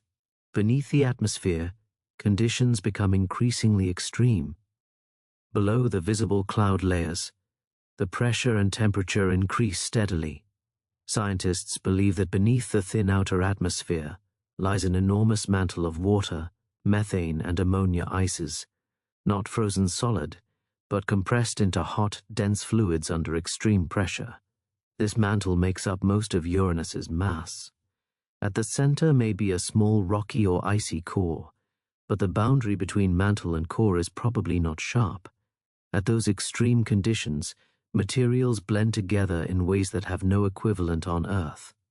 Uranus's atmosphere appears relatively featureless compared to Jupiter's or Saturn's, with few visible cloud bands or storms. When Voyager 2 visited in 1986, Uranus appeared as a nearly uniform blue-green sphere with almost no features. This blandness is partly because Uranus receives so little sunlight at its great distance. There's simply less energy to drive dramatic weather systems. Additionally, The Voyager encounter happened during Uranian solstice, when one pole was pointed at the Sun, which might have reduced atmospheric dynamics. However, more recent observations from telescopes, including Hubble and ground-based observatories, have detected more activity. As Uranus moved toward equinox in 2007 and 2008, with the Sun shining more directly on the equator, clouds and storms began appearing more frequently. Bright white clouds of methane ice form in the upper atmosphere, and darker bands have been observed. Uranus does have weather, but it's more subtle and slower than on the more active giant planets. Uranus has a magnetic field, but it's very unusual. The magnetic axis is tilted 59 degrees from the rotation axis, far more than any other planet. Additionally, the magnetic field doesn't originate from the planet's center, but from a region offset about a third of the way from the center to the surface. This creates a highly asymmetric magnetosphere that wobbles dramatically as Uranus rotates. The magnetic field is probably generated by convection currents in the electrically conductive water-ammonia ocean deep inside the planet. Uranus has a ring system, though much fainter and darker than Saturn's. The rings were discovered in 1977 when astronomers watched Uranus pass in front of a star and noticed the starlight blinked on and off several times before and after Uranus itself blocked the star. These blinks revealed the presence of narrow rings surrounding the planet. Voyager 2 later imaged the rings and discovered several more. The rings are very dark, reflecting only about 2% of the light that hits them, probably because they're composed of radiation-darkened ice and rock particles. Uranus has at least 27 known moons, all named after characters from the works of William Shakespeare and Alexander Pope, a unique naming convention in the solar system. The 5 largest moons are Miranda, Ariel, Umbriel, Titania, and Oberon. Miranda, the smallest of the 5 major moons at about 290 miles in diameter, has one of the strangest surfaces in the solar system. Miranda's surface looks like a jumbled patchwork of different terrains, ancient heavily cratered regions next to younger grooved terrain, enormous cliffs up to 12 miles high, and chevron-shaped features called coronae. The surface appears as though Miranda was shattered by a massive impact and then reassembled, though the true explanation probably involves tidal heating and internal geological processes that partially resurfaced the moon in the distant past. Titania and Oberon, the 2 largest Uranian moons, are both around 1,000 miles in diameter. They show evidence of past geological activity with fault valleys and fewer craters than would be expected if their surfaces were pristine and unchanged since formation. Ariel has the brightest and possibly youngest surface of the major moons, with long valleys and few craters, suggesting resurfacing by cryovolcanism, volcanoes that erupt water and ammonia instead of molten rock. Umbriel, by contrast, is the darkest moon with an ancient, heavily cratered surface. All of Uranus's major moons orbit in the same plane as the planet's equator, which means they also orbit at 98 degrees to the plane of the solar system, a consequence of Uranus's extreme tilt. As Uranus travels around the Sun, the moons appear to orbit the planet like a spinning bull's eye from our perspective on Earth. Uranus remains one of the least explored planets. Only one spacecraft, Voyager 2, has ever visited, and that was a brief flyby in 1986. A dedicated mission to orbit Uranus and study it in detail is considered a high priority by planetary scientists, and NASA has been developing concepts for such a mission, possibly to launch in the 2030s. Such a mission would revolutionize our understanding of ice giant planets and their fascinating moon systems. As you rest and breathe slowly, picture Uranus, a serene blue-green world rolling on its side through the darkness, its rings and moons orbiting perpendicular to everything else, its poles experiencing decades of light and decades of darkness. A world that reminds us that the solar system still holds mysteries, and that no 2 worlds are alike. Beyond Uranus, even farther from the Sun's warmth, lies Neptune, the 8th and outermost planet. Neptune orbits at an average distance of about 2.8 billion miles from the Sun, 30 times farther than Earth. At this distance, the Sun appears as merely a very bright star, and sunlight is only about 1/900th as bright as on Earth. Neptune takes 165 Earth years to complete one orbit. Since its discovery in 1846, Neptune has completed only slightly more than one full orbit around the Sun. Neptune is slightly smaller than Uranus, with a diameter of about 30,775 miles, making it the fourth largest planet. It's slightly more massive than Uranus, though, with about 17 times Earth's mass. The extra mass means Neptune has slightly stronger compression and higher density than Uranus. Neptune's composition is similar to Uranus, a thin atmosphere of hydrogen, helium, and methane over a mantle of hot compressed water, methane, and ammonia ices, with possibly a small rocky core at the center. Neptune is the densest of the giant planets and, remarkably, emits more than twice as much heat as it receives from the Sun. This internal heat source drives powerful weather systems and makes Neptune's atmosphere far more active than Uranus's despite receiving even less sunlight. The reason for Neptune's internal heat is unclear. It might be leftover heat from the planet's formation that hasn't fully radiated away, or it might come from ongoing gravitational settling of heavier elements sinking toward the core and releasing energy. Like Uranus, Neptune appears blue because of methane in its atmosphere absorbing red light. But Neptune's blue is richer and deeper than Uranus's aquamarine hue. Some additional atmospheric component, possibly an unknown compound or different cloud structures, contributes to Neptune's more vibrant color. Neptune's atmosphere is highly dynamic with the fastest winds in the solar system. Wind speeds in Neptune's atmosphere can exceed 1,200 miles per hour, supersonic speeds that dwarf even the most powerful hurricanes on Earth.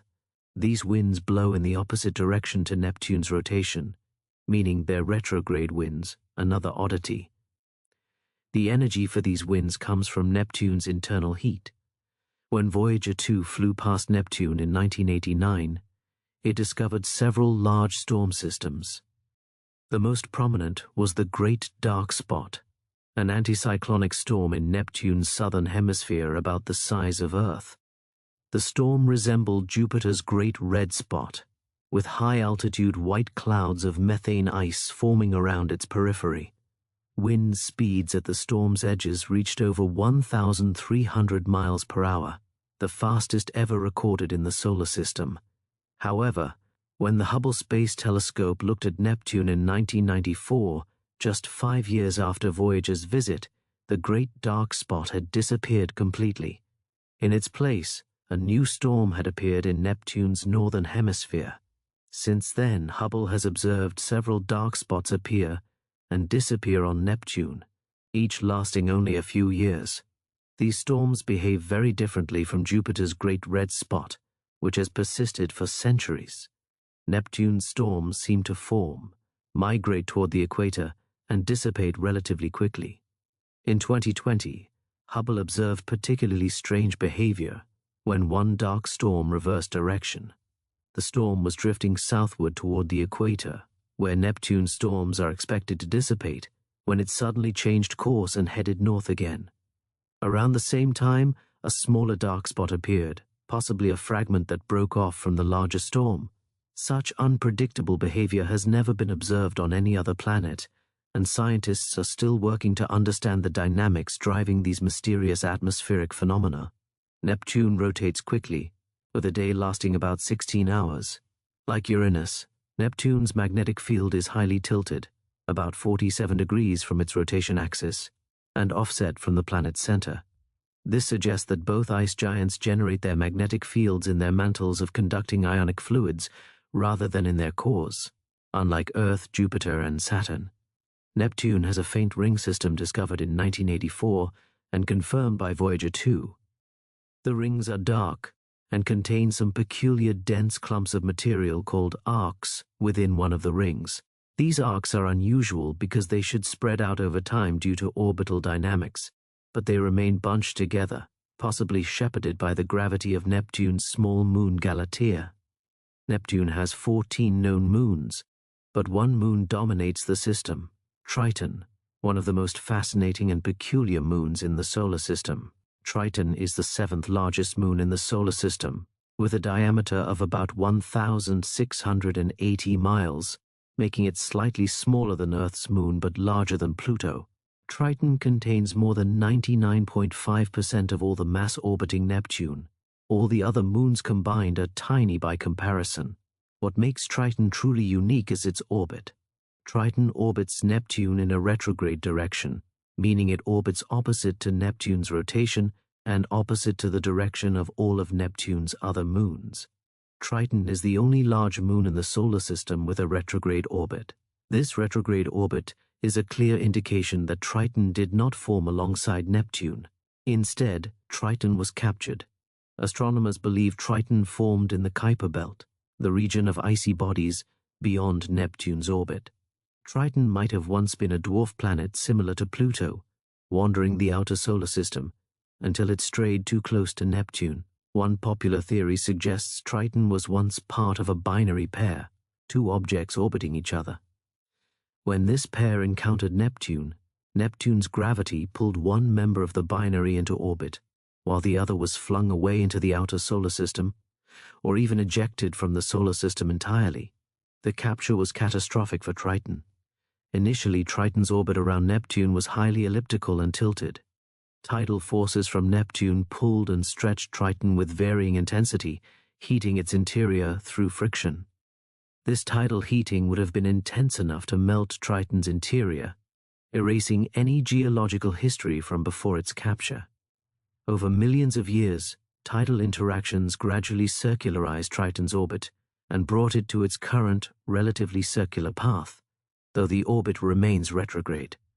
Triton's retrograde orbit has another grim consequence. Triton is gradually spiraling closer to Neptune. In about 3.6 billion years, Triton will cross Neptune's Roche limit, the distance at which Neptune's tidal forces will overcome Triton's own gravity and tear the moon apart.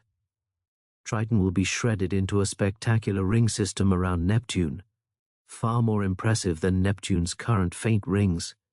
But this catastrophe is billions of years in the future. When Voyager 2 flew past Triton in 1989, it discovered an extraordinary world. Triton has a thin nitrogen atmosphere with a surface pressure of only about 14 microbars, about 1/70,000th of Earth's atmospheric pressure. The surface temperature is about -235 degrees Celsius, making Triton one of the coldest places in the solar system. Despite the frigid conditions, Triton is geologically active. Voyager 2 observed nitrogen geysers erupting from the surface, shooting plumes of nitrogen gas and dark dust particles up to 5 miles high. These cryovolcanic eruptions are driven by nitrogen ice subliming, turning directly from solid to gas when warmed by sunlight. The process is similar to how dry ice sublimates on Earth, but occurs at much lower temperatures. The dark material in the plumes may be organic compounds or dust, and when it settles back to the surface, it creates dark streaks visible in Voyager's images. Triton's surface shows a variety of terrains. The southern hemisphere, which was in sunlight during Voyager's flyby, shows relatively few impact craters, indicating the surface is young and has been resurfaced by geological activity. There are smooth plains of frozen nitrogen and other ices, regions with long cracks and ridges, and strange terrain nicknamed cantaloupe terrain for its resemblance to the skin of a melon, a landscape of intersecting ridges and depressions unique to Triton. Beneath the icy crust, Triton likely has a subsurface ocean of liquid water mixed with ammonia, kept liquid by residual tidal heating and heat from radioactive decay. Like Europa and Enceladus, Triton's subsurface ocean makes it a potential abode for life, though its great distance and harsh conditions make it a challenging target for future exploration. Triton's capture also probably destroyed Neptune's original moon system. Any large moons that formed alongside Neptune would have been disrupted or ejected when Triton was captured, explaining why Neptune's other moons are all small and irregular, likely captured asteroids or fragments from collisions. Neptune, like Uranus, has been visited by only one spacecraft, Voyager 2 in August 1989. No missions are currently planned to return to Neptune, though concepts for Neptune orbiters have been proposed. The ice giants represent a largely unexplored frontier, and understanding them is important not just for our solar system, but for understanding exoplanets. Many exoplanets discovered around other stars are Neptune-sized or smaller, and studying our own ice giants helps us interpret observations of distant worlds. As you continue to relax, breathing deeply, imagine Neptune, a deep blue jewel at the edge of the planetary system, with winds racing faster than sound across its surface, enormous storms appearing and vanishing, and its captured moon Triton orbiting backwards, slowly spiraling toward an eventual doom billions of years hence. Neptune marks the edge of the realm of planets, but our solar system extends far beyond. Beyond Neptune's orbit begins the Kuiper Belt, a vast region of icy bodies stretching from about 30 astronomical units from the Sun, where Neptune orbits, out to about 50 astronomical units or more. The Kuiper Belt is similar to the asteroid belt, but much larger and more massive, containing hundreds of thousands of icy objects ranging from small chunks to dwarf planets, hundreds or thousands of miles across. The Kuiper Belt is a relic of the solar system's formation. When the solar system was young, planetesimals, small planetary building blocks, filled the region beyond the giant planets. Most of these objects either accreted into the outer planets or were gravitationally ejected from the solar system by encounters with the giants. But in the region beyond Neptune, objects survived relatively undisturbed. Neptune's gravity stirred up the region and ejected many objects, but enough remained to form the Kuiper Belt we see today. The Kuiper Belt is home to several dwarf planets, the largest of which was once considered the ninth planet, Pluto. Discovered in 1930 by Clyde Tombaugh, Pluto was hailed as the solar system's ninth planet for 76 years. But as telescopes improved and more Kuiper Belt objects were discovered, including some as large as or larger than Pluto, it became clear that Pluto was not a lone oddball planet, but rather one of the largest members of a vast population of icy worlds. In 2006, the International Astronomical Union redefined the term planet and reclassified Pluto as a dwarf planet, a body large enough to be rounded by its own gravity, but not massive enough to have cleared its orbital neighborhood of other objects. Pluto is about 1,477 miles in diameter, smaller than Earth's moon but still the largest known Kuiper Belt object. For most of the 20th century, Pluto remained a mysterious, blurry dot in even the most powerful telescopes. But in July 2015, NASA's New Horizons spacecraft flew past Pluto, revealing a world far more complex and beautiful than anyone had anticipated. The most striking feature on Pluto is Tombaugh Regio, the heart-shaped bright region visible in New Horizons images. The left lobe of the heart is Sputnik Planitia, a vast plain of nitrogen ice about 600 miles across. This plain is geologically active. The nitrogen ice is slowly convecting, rising in the center of convection cells and sinking at the edges, creating a polygonal pattern of cells tens of miles across. The ice is only a few million years old at most, constantly renewed by this convection process. The plain has no impact craters, indicating its surface is very young by geological standards. Sputnik Planitia likely formed when a large object impacted Pluto, creating a deep basin. The basin filled with nitrogen ice, which is slightly denser than the surrounding water ice crust, creating a gravitational anomaly. This mass concentration may have caused Pluto's axis to reorient, bringing the basin to face Pluto's moon Charon, which locked into place due to tidal forces. Recent research published in 2024 suggests that beneath Sputnik Planitia lies a subsurface ocean of slushy water ice, kept partially liquid by heat from Pluto's formation and radioactive decay. Pluto's surface shows an astonishing variety of terrains. There are towering mountains of water ice reaching up to 11,000 feet high, comparable to the Rocky Mountains on Earth. Because water ice at Pluto's temperatures is as hard as rock, these mountains are made of water ice bedrock.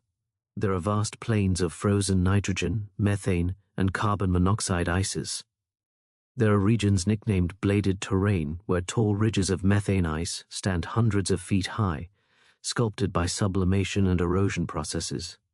There are ancient cratered highlands showing billions of years of impacts and smooth young plains that have been resurfaced recently. Pluto has a thin atmosphere of nitrogen with traces of methane and carbon monoxide. The atmosphere extends hundreds of miles above the surface, far more extensive than expected, and consists of multiple hazy layers. When Pluto is nearest the Sun in its elliptical orbit, nitrogen ice sublimates from the surface, thickening the atmosphere. As Pluto moves farther from the Sun, the atmosphere freezes out and falls back to the surface as snow. New horizons arrive during a period when Pluto's atmosphere was relatively thick, allowing detailed atmospheric measurements. Pluto has 5 known moons. The largest is Charon, discovered in 1978. Charon is about 750 miles in diameter, making it about half the size of Pluto. The Pluto-Charon system is often considered a double planet because Charon is so large relative to Pluto. The two bodies are tidally locked to each other, meaning each keeps the same face toward the other at all times. They orbit a point in space between them, taking 6.4 days to complete one orbit. Charon's surface is darker and less varied than Pluto's, covered primarily in water ice. The most striking feature is the dark reddish polar cap in Charon's north polar region, nicknamed Mordor Macula. This dark material is probably organic compounds called tholins, created when ultraviolet light and cosmic rays break apart methane molecules that escaped from Pluto's atmosphere and landed on Charon's cold surface. The resulting complex organic molecules are reddish-brown and very dark, covering Charon's pole. Pluto's 4 smaller moons, Styx, Nix, Kerberos, and Hydra, are all irregularly shaped and quite small, ranging from 7 to 30 miles across. They orbit farther from Pluto than Charon, and are thought to have formed from debris ejected during the impact that likely formed the Pluto-Charon system early in solar system history. Beyond Pluto lie other Kuiper Belt dwarf planets. Eris, discovered in 2005, is slightly smaller than Pluto but more massive, and its discovery was one of the reasons Pluto was reclassified. Makemake and Haumea are also large Kuiper Belt objects classified as dwarf planets. Haumea is particularly unusual. It's elongated like a football due to rapid rotation, spinning once every 4 hours, and it has a ring system, making it the first known trans-Neptunian object with rings. In January 2019, New Horizons visited another Kuiper Belt object called Arakoth, located about 1 billion miles beyond Pluto. Arakoth is a contact binary, meaning it consists of 2 lobes gently touching each other, resembling a reddish, flattened snowman. Arakoth is only about 22 miles long and is the most pristine, undisturbed object ever visited by a spacecraft. Its smooth surface shows it formed gently from the merger of 2 smaller objects and has changed little since the solar system's formation 4.6 billion years ago.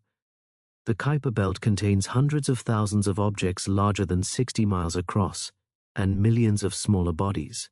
Most Kuiper Belt objects are thought to be composed of water ice, methane ice, and ammonia ice mixed with rock.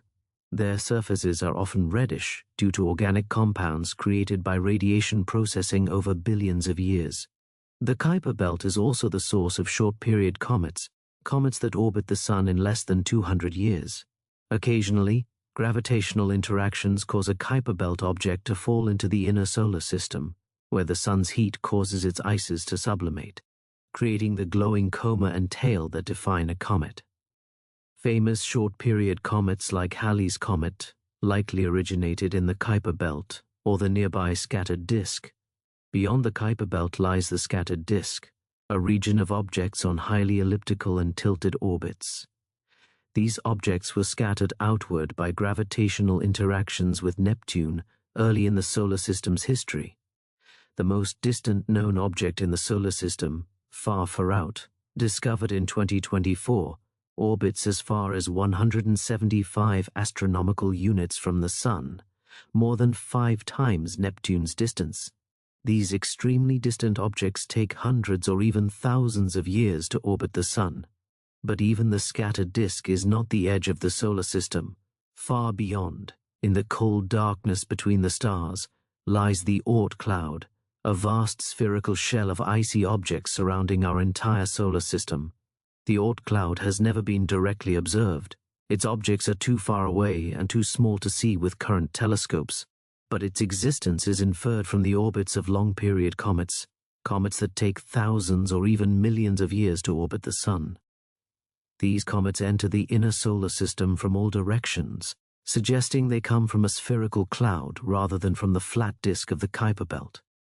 The Oort cloud is thought to begin about 2,000 astronomical units from the Sun, beyond the Kuiper belt and scattered disk, and extend outward to perhaps 100,000 or even 200,000 astronomical units. At the outer edge of the Oort cloud, objects are barely held by the Sun's gravity and are influenced equally by the gravitational pull of passing stars and the tidal forces from the Milky Way galaxy itself. The Oort cloud may contain trillions of icy bodies, most of them very small. The total mass of the Oort cloud is uncertain, but could be several times the mass of Earth spread across this enormous volume. Recent computer simulations suggest that the inner part of the Oort cloud may be arranged in 2 spiral arms, shaped by the gravitational influence of the Milky Way galaxy itself, making it resemble a miniature spiral galaxy. The objects in the Oort cloud formed much closer to the Sun, in the region where the giant planets orbit today. Early in the solar system's history, gravitational interactions with Jupiter, Saturn, Uranus, and Neptune flung these objects outward on highly elongated orbits. Some were ejected from the solar system entirely, but others settled into the distant Oort cloud, where they remain today as frozen time capsules from the solar system's birth. Occasionally, a passing star or the gravitational influence of the galaxy perturbs an Oort cloud object's orbit, sending it falling toward the inner solar system. If it comes close enough to the Sun, its ices begin to sublimate, and it becomes visible as a long-period comet. These comets are visitors from the edge of interstellar space, traveling for millions of years before briefly passing through the inner solar system, and then returning to the outer darkness for millions more years. The most distant human-made object, Voyager 1, is currently about 164 astronomical units from the Sun as of January 2026, moving outward at about 3.6 astronomical units per year. At this rate, Voyager 1 will take about 300 years to reach the inner edge of the Oort cloud and another 30,000 years to pass through it entirely. By then, Voyager's power source will have long since run out, and it will drift silently through the darkness as an artifact of an ancient civilization that once looked up at the stars and wondered what lay beyond. The outer boundary of the Oort cloud marks the edge of the Sun's gravitational dominance, the point where the Sun's gravity is balanced by the pull of nearby stars. This is the boundary of our solar system, roughly halfway to the nearest star, Proxima Centauri, which lies 4.2 light-years away. As you rest now, breathing slowly and deeply, let your mind wander through the outer solar system. Picture the Kuiper belt, a vast ring of icy worlds spinning slowly in the darkness. Imagine Pluto with its heart-shaped glacier and mountains of water ice, Charon looming large in its sky. Think of New Horizons, humanity's fastest spacecraft, now far beyond Pluto, still sending back data as it journeys into the unknown. Picture the Oort cloud, an invisible sphere of frozen comets surrounding everything, objects that have orbited silently for 4.5 billion years, waiting perhaps for a gravitational nudge that will send them falling toward the Sun, where they'll briefly blaze across our skies before returning to the void. This is our solar system, not just 8 planets, but a vast and varied collection of worlds, from the scorching surface of Mercury where lead melts in the sunlight, to the nitrogen plains of Pluto where the Sun is just a bright star in the black sky, from the hellish acid clouds of Venus to the methane lakes of Titan, from the ancient cratered surface of Callisto to the violently volcanic surface of Io, constantly renewing itself, from the hidden oceans of Europa and Enceladus, where life might exist in the darkness beneath the ice, to the great red spot of Jupiter, a storm larger than Earth that has raged for centuries. Our solar system is a place of infinite variety and wonder, each world unique, each with its own story written in its rocks and ice and clouds. For billions of years, these worlds have spun and orbited in the darkness, unseen and unknown, until finally, in the last century, humanity developed the means to visit them, to see them not as points of light, but as real places with landscapes and weather and geology. We are privileged to live in an age of exploration, to see these worlds for the first time, to marvel at their beauty and strangeness, and to begin to understand our place in this cosmic neighborhood we call home. As you continue to rest, breathing slowly and deeply, let's take a moment to reflect on this remarkable journey we've taken together through our solar system. We've traveled from the scorching surface of Mercury, where the sun looms enormous in the sky, all the way out to the distant frozen worlds of the Kuiper Belt and beyond, where the sun is merely a bright star among countless others. Think about what we've discovered. Our solar system is not a collection of similar worlds orbiting the sun in monotonous uniformity. Instead, it's a gallery of infinite variety. Each world is unique, shaped by its distance from the sun, its size, its composition, and billions of years of history. No two planets are alike. No two moons follow the same story. We've seen Venus, a world that might once have been Earth's twin, transformed by a runaway greenhouse effect into a hellish furnace with sulfuric acid clouds and temperatures hot enough to melt lead. Venus is a cautionary tale about what can happen when planetary climate systems tip out of balance, a reminder written in the sky about the fragility of habitable worlds. We've marveled at Jupiter's great red spot, a storm larger than our entire planet that has raged for centuries, perhaps longer. This storm is older than the United States, older than the Roman Empire, older than the pyramids. Human civilizations have risen and fallen while this storm continued to spin in Jupiter's turbulent atmosphere, utterly indifferent to our brief history. We've contemplated the hidden oceans of Europa and Enceladus, vast bodies of liquid water sealed beneath kilometers of ice, warmed by the gravitational squeeze of their parent planets. These oceans may contain twice as much water as all of Earth's oceans combined, and they exist in total darkness, never seeing the sun. Yet in these dark waters, life might exist, not life as we know it on Earth's sunlit surface, but life adapted to the eternal night, feeding on chemical energy from hydrothermal vents, thriving in conditions we once thought impossible. We've seen the methane lakes and rivers of Titan, the only other world in our solar system where rain falls on a solid surface and creates a hydrological cycle. But on Titan, the rain isn't water. It's liquid methane and ethane, flowing through channels and collecting in seas, creating an alien but hauntingly familiar landscape under orange skies. Titan reminds us that the same physical processes can create similar landscapes from completely different materials. We've witnessed Io's volcanic fury, more than 400 volcanoes erupting continuously, the most geologically active body in the solar system.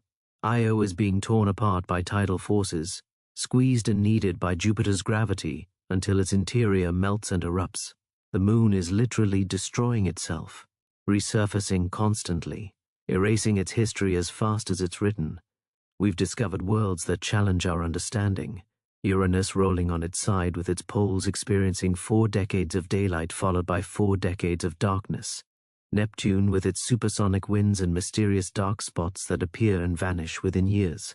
Miranda with its fractured, jumbled surface that looks like a world broken and reassembled.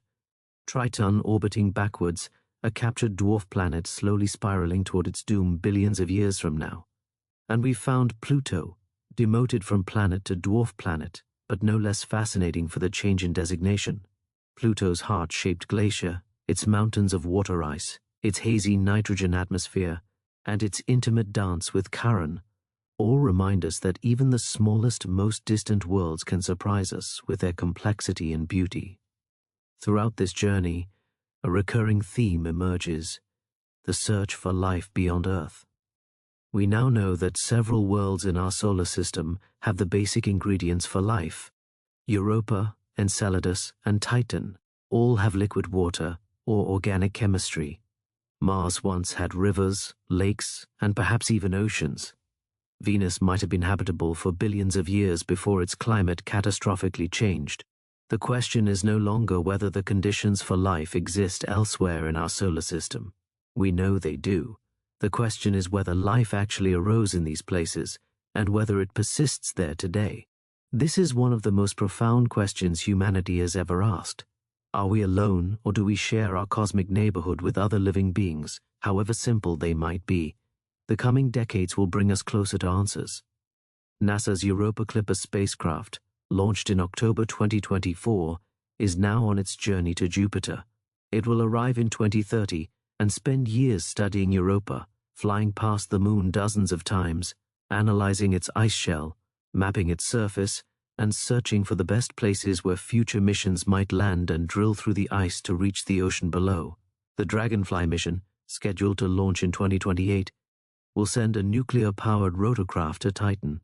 This remarkable vehicle will be able to fly from place to place across Titan's surface, sampling different terrains, landing on sand dunes and in impact craters, analyzing the organic chemistry, and searching for evidence of prebiotic chemistry or perhaps even life itself. Multiple missions are planned to return to Venus, Da Vinci, Veritas, and Envision, all scheduled to launch by the early 2030s. These missions will study Venus's atmosphere and surface in unprecedented detail, trying to understand how and when Venus lost its habitability and whether anything could survive in the more moderate conditions high in its clouds. And Mars continues to be a primary target. NASA's Perseverance rover is currently collecting rock samples from Jezero Crater, an ancient lake bed. Future missions will retrieve these samples and return them to Earth, where scientists in laboratories around the world will analyze them for signs of ancient Martian life. If life ever existed on Mars, we may finally have the proof within the next decade or two. Humanity is also planning to send missions to the ice giants, Uranus and Neptune, worlds that have been visited only once and deserve far more attention. A Uranus orbiter and probe, proposed for launch in the early 2030s, would spend years studying this sideways world and its peculiar moons. Understanding the ice giants is important not just for our solar system, but for understanding the countless Neptune-sized exoplanets discovered around other stars. As we explore our solar system more thoroughly, we're also coming to appreciate Earth's uniqueness. On February 14, 1990, as Voyager 1 was speeding beyond Neptune on its way out of the solar system, Carl Sagan convinced NASA to turn the spacecraft's camera back toward home for one last look. From a distance of more than 6 billion kilometers, Voyager 1 took a photograph that would become one of the most iconic images in the history of space exploration: the pale blue dot. In that photograph, Earth appears as a tiny speck, barely a pixel in size, suspended in a beam of scattered sunlight. Seen from that distance, Earth looks utterly insignificant, a pale blue dot lost in the vastness of space. Carl Sagan, reflecting on this image, wrote words that have echoed through the decades. He spoke of how this distant dot is home to everyone you've ever heard of, every human being who has ever lived. Every king and peasant, every young couple in love, every mother and father, every hopeful child, every inventor and explorer, every saint and sinner in the history of our species lived out their lives on that mote of dust suspended in a sunbeam. From that vantage point, Sagan noted, Earth's importance, our imagined self-importance, is challenged. There is no hint in that photograph that help will come from elsewhere to save us from ourselves. Like it or not, for the moment, Earth is where we make our stand. This perspective, this cosmic humility, is one of the great gifts of space exploration. By exploring other worlds, we come to understand and appreciate our own. We see how rare liquid water oceans are, how precious our breathable atmosphere is, how remarkable it is that Earth has maintained habitable conditions for billions of years, while Venus became hell and Mars became frozen and airless. But this perspective also brings responsibility. Earth is not just our home, it's the only home we have, at least for now. The more we explore our solar system, the more we realize how special our planet is. We haven't found another world we could simply move to and live on. Every other world would require massive technological infrastructure just for humans to survive there. Pressure domes on Mars, underground habitats on the Moon, floating cities in Venus's upper atmosphere. These are possible futures, but they're centuries away at best. For now, and for the foreseeable future, Earth is our only truly habitable world. The oceans that cover 71% of its surface, the atmosphere we breathe without thinking, the magnetic field that shields us from radiation, the stable climate that has allowed civilization to flourish, all of these are precious beyond measure. And yet, exploring other worlds isn't just about finding new homes or searching for life. It's about understanding our place in the universe. It's about satisfying that deep human curiosity that has driven us to explore since our ancestors first wondered what lay beyond the horizon. It's about pushing the boundaries of what's possible and learning things we never knew we didn't know. Every world we visit teaches us something unexpected. Before Voyager, no one knew about the volcanoes on Io or the geysers on Enceladus. Before New Horizons, Pluto was just a fuzzy blob, and no one imagined it would have such a geologically young and diverse surface. Before Cassini, we didn't know about the hexagonal storm on Saturn's pole or the full extent of Titan's hydrocarbon lakes. Each discovery raises new questions. How does Enceladus maintain its geological activity? What drives Neptune's dark spots to form and dissipate? Could there be life in Europa's ocean? What caused Uranus to tip over? Why does Venus lack a magnetic field while Earth has a strong one? What happened to Mars's water? These questions drive us forward. They inspire new missions, new technologies, new generations of scientists and engineers who will continue the work of exploration long after we're gone. And as you rest now, drifting towards sleep, you can take comfort in knowing that this exploration continues.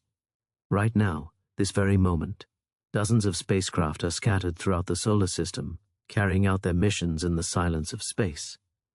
Perseverance is roaming Mars, studying rocks and searching for signs of ancient life. Juno is orbiting Jupiter, peering deep into its atmosphere and mapping its magnetic field. Europa Clipper is on its way to the Jovian system. Voyager 1 and Voyager 2, launched in 1977, are still functioning, sending back data from interstellar space 47 years after they left Earth. These spacecraft are our ambassadors to the cosmos, our robotic explorers venturing where humans cannot yet go. They send back images and data, expanding our understanding, revealing new mysteries, and showing us that our solar system is far stranger and more wonderful than we ever imagined. As you breathe slowly and let yourself sink deeper into rest, picture our solar system spread out before you. The sun at the center, blazing bright, pouring energy into space. The rocky inner planets, small and dense, orbiting close. The asteroid belt, a ring of debris marking the boundary between inner and outer realms. The gas and ice giants, enormous and majestic, with their retinues of moons, each moon a world unto itself. The Kuiper belt, stretching out into the darkness, filled with icy remnants from the solar system's birth. And finally, the Oort cloud, a vast sphere of frozen comets marking the sun's domain, extending halfway to the nearest stars. This is our neighborhood in the cosmos. These worlds have been here for 4.6 billion years, silently orbiting, changing slowly over eons, waiting for intelligence to arise somewhere and notice them. And finally, in the last few decades, we have noticed. We've sent our spacecraft, taken our photographs, made our measurements, and begun to understand. The journey of exploration is just beginning.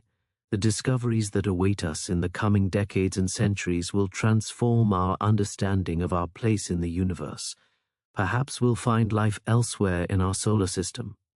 Perhaps we'll learn that Earth's life is unique, making it all the more precious. Perhaps we'll develop the technology to send humans to Mars, to establish settlements on the Moon, to explore Europa's ocean. Whatever we discover, whatever we achieve, this much is certain. We are citizens of a solar system, inhabitants of one planet among many, part of a cosmic story that began 4.5 billion years ago and will continue for billions of years to come. Rest now, and let your dreams carry you through these worlds. Imagine soaring over Olympus Mons, the highest mountain in the solar system. Picture yourself standing on Titan's shore, watching waves of liquid methane lap against the coast. Envision floating through Saturn's rings, ice particles glittering in the sunlight as far as you can see. Dream of distant Pluto, with its heart-shaped glacier and mysterious frozen plains.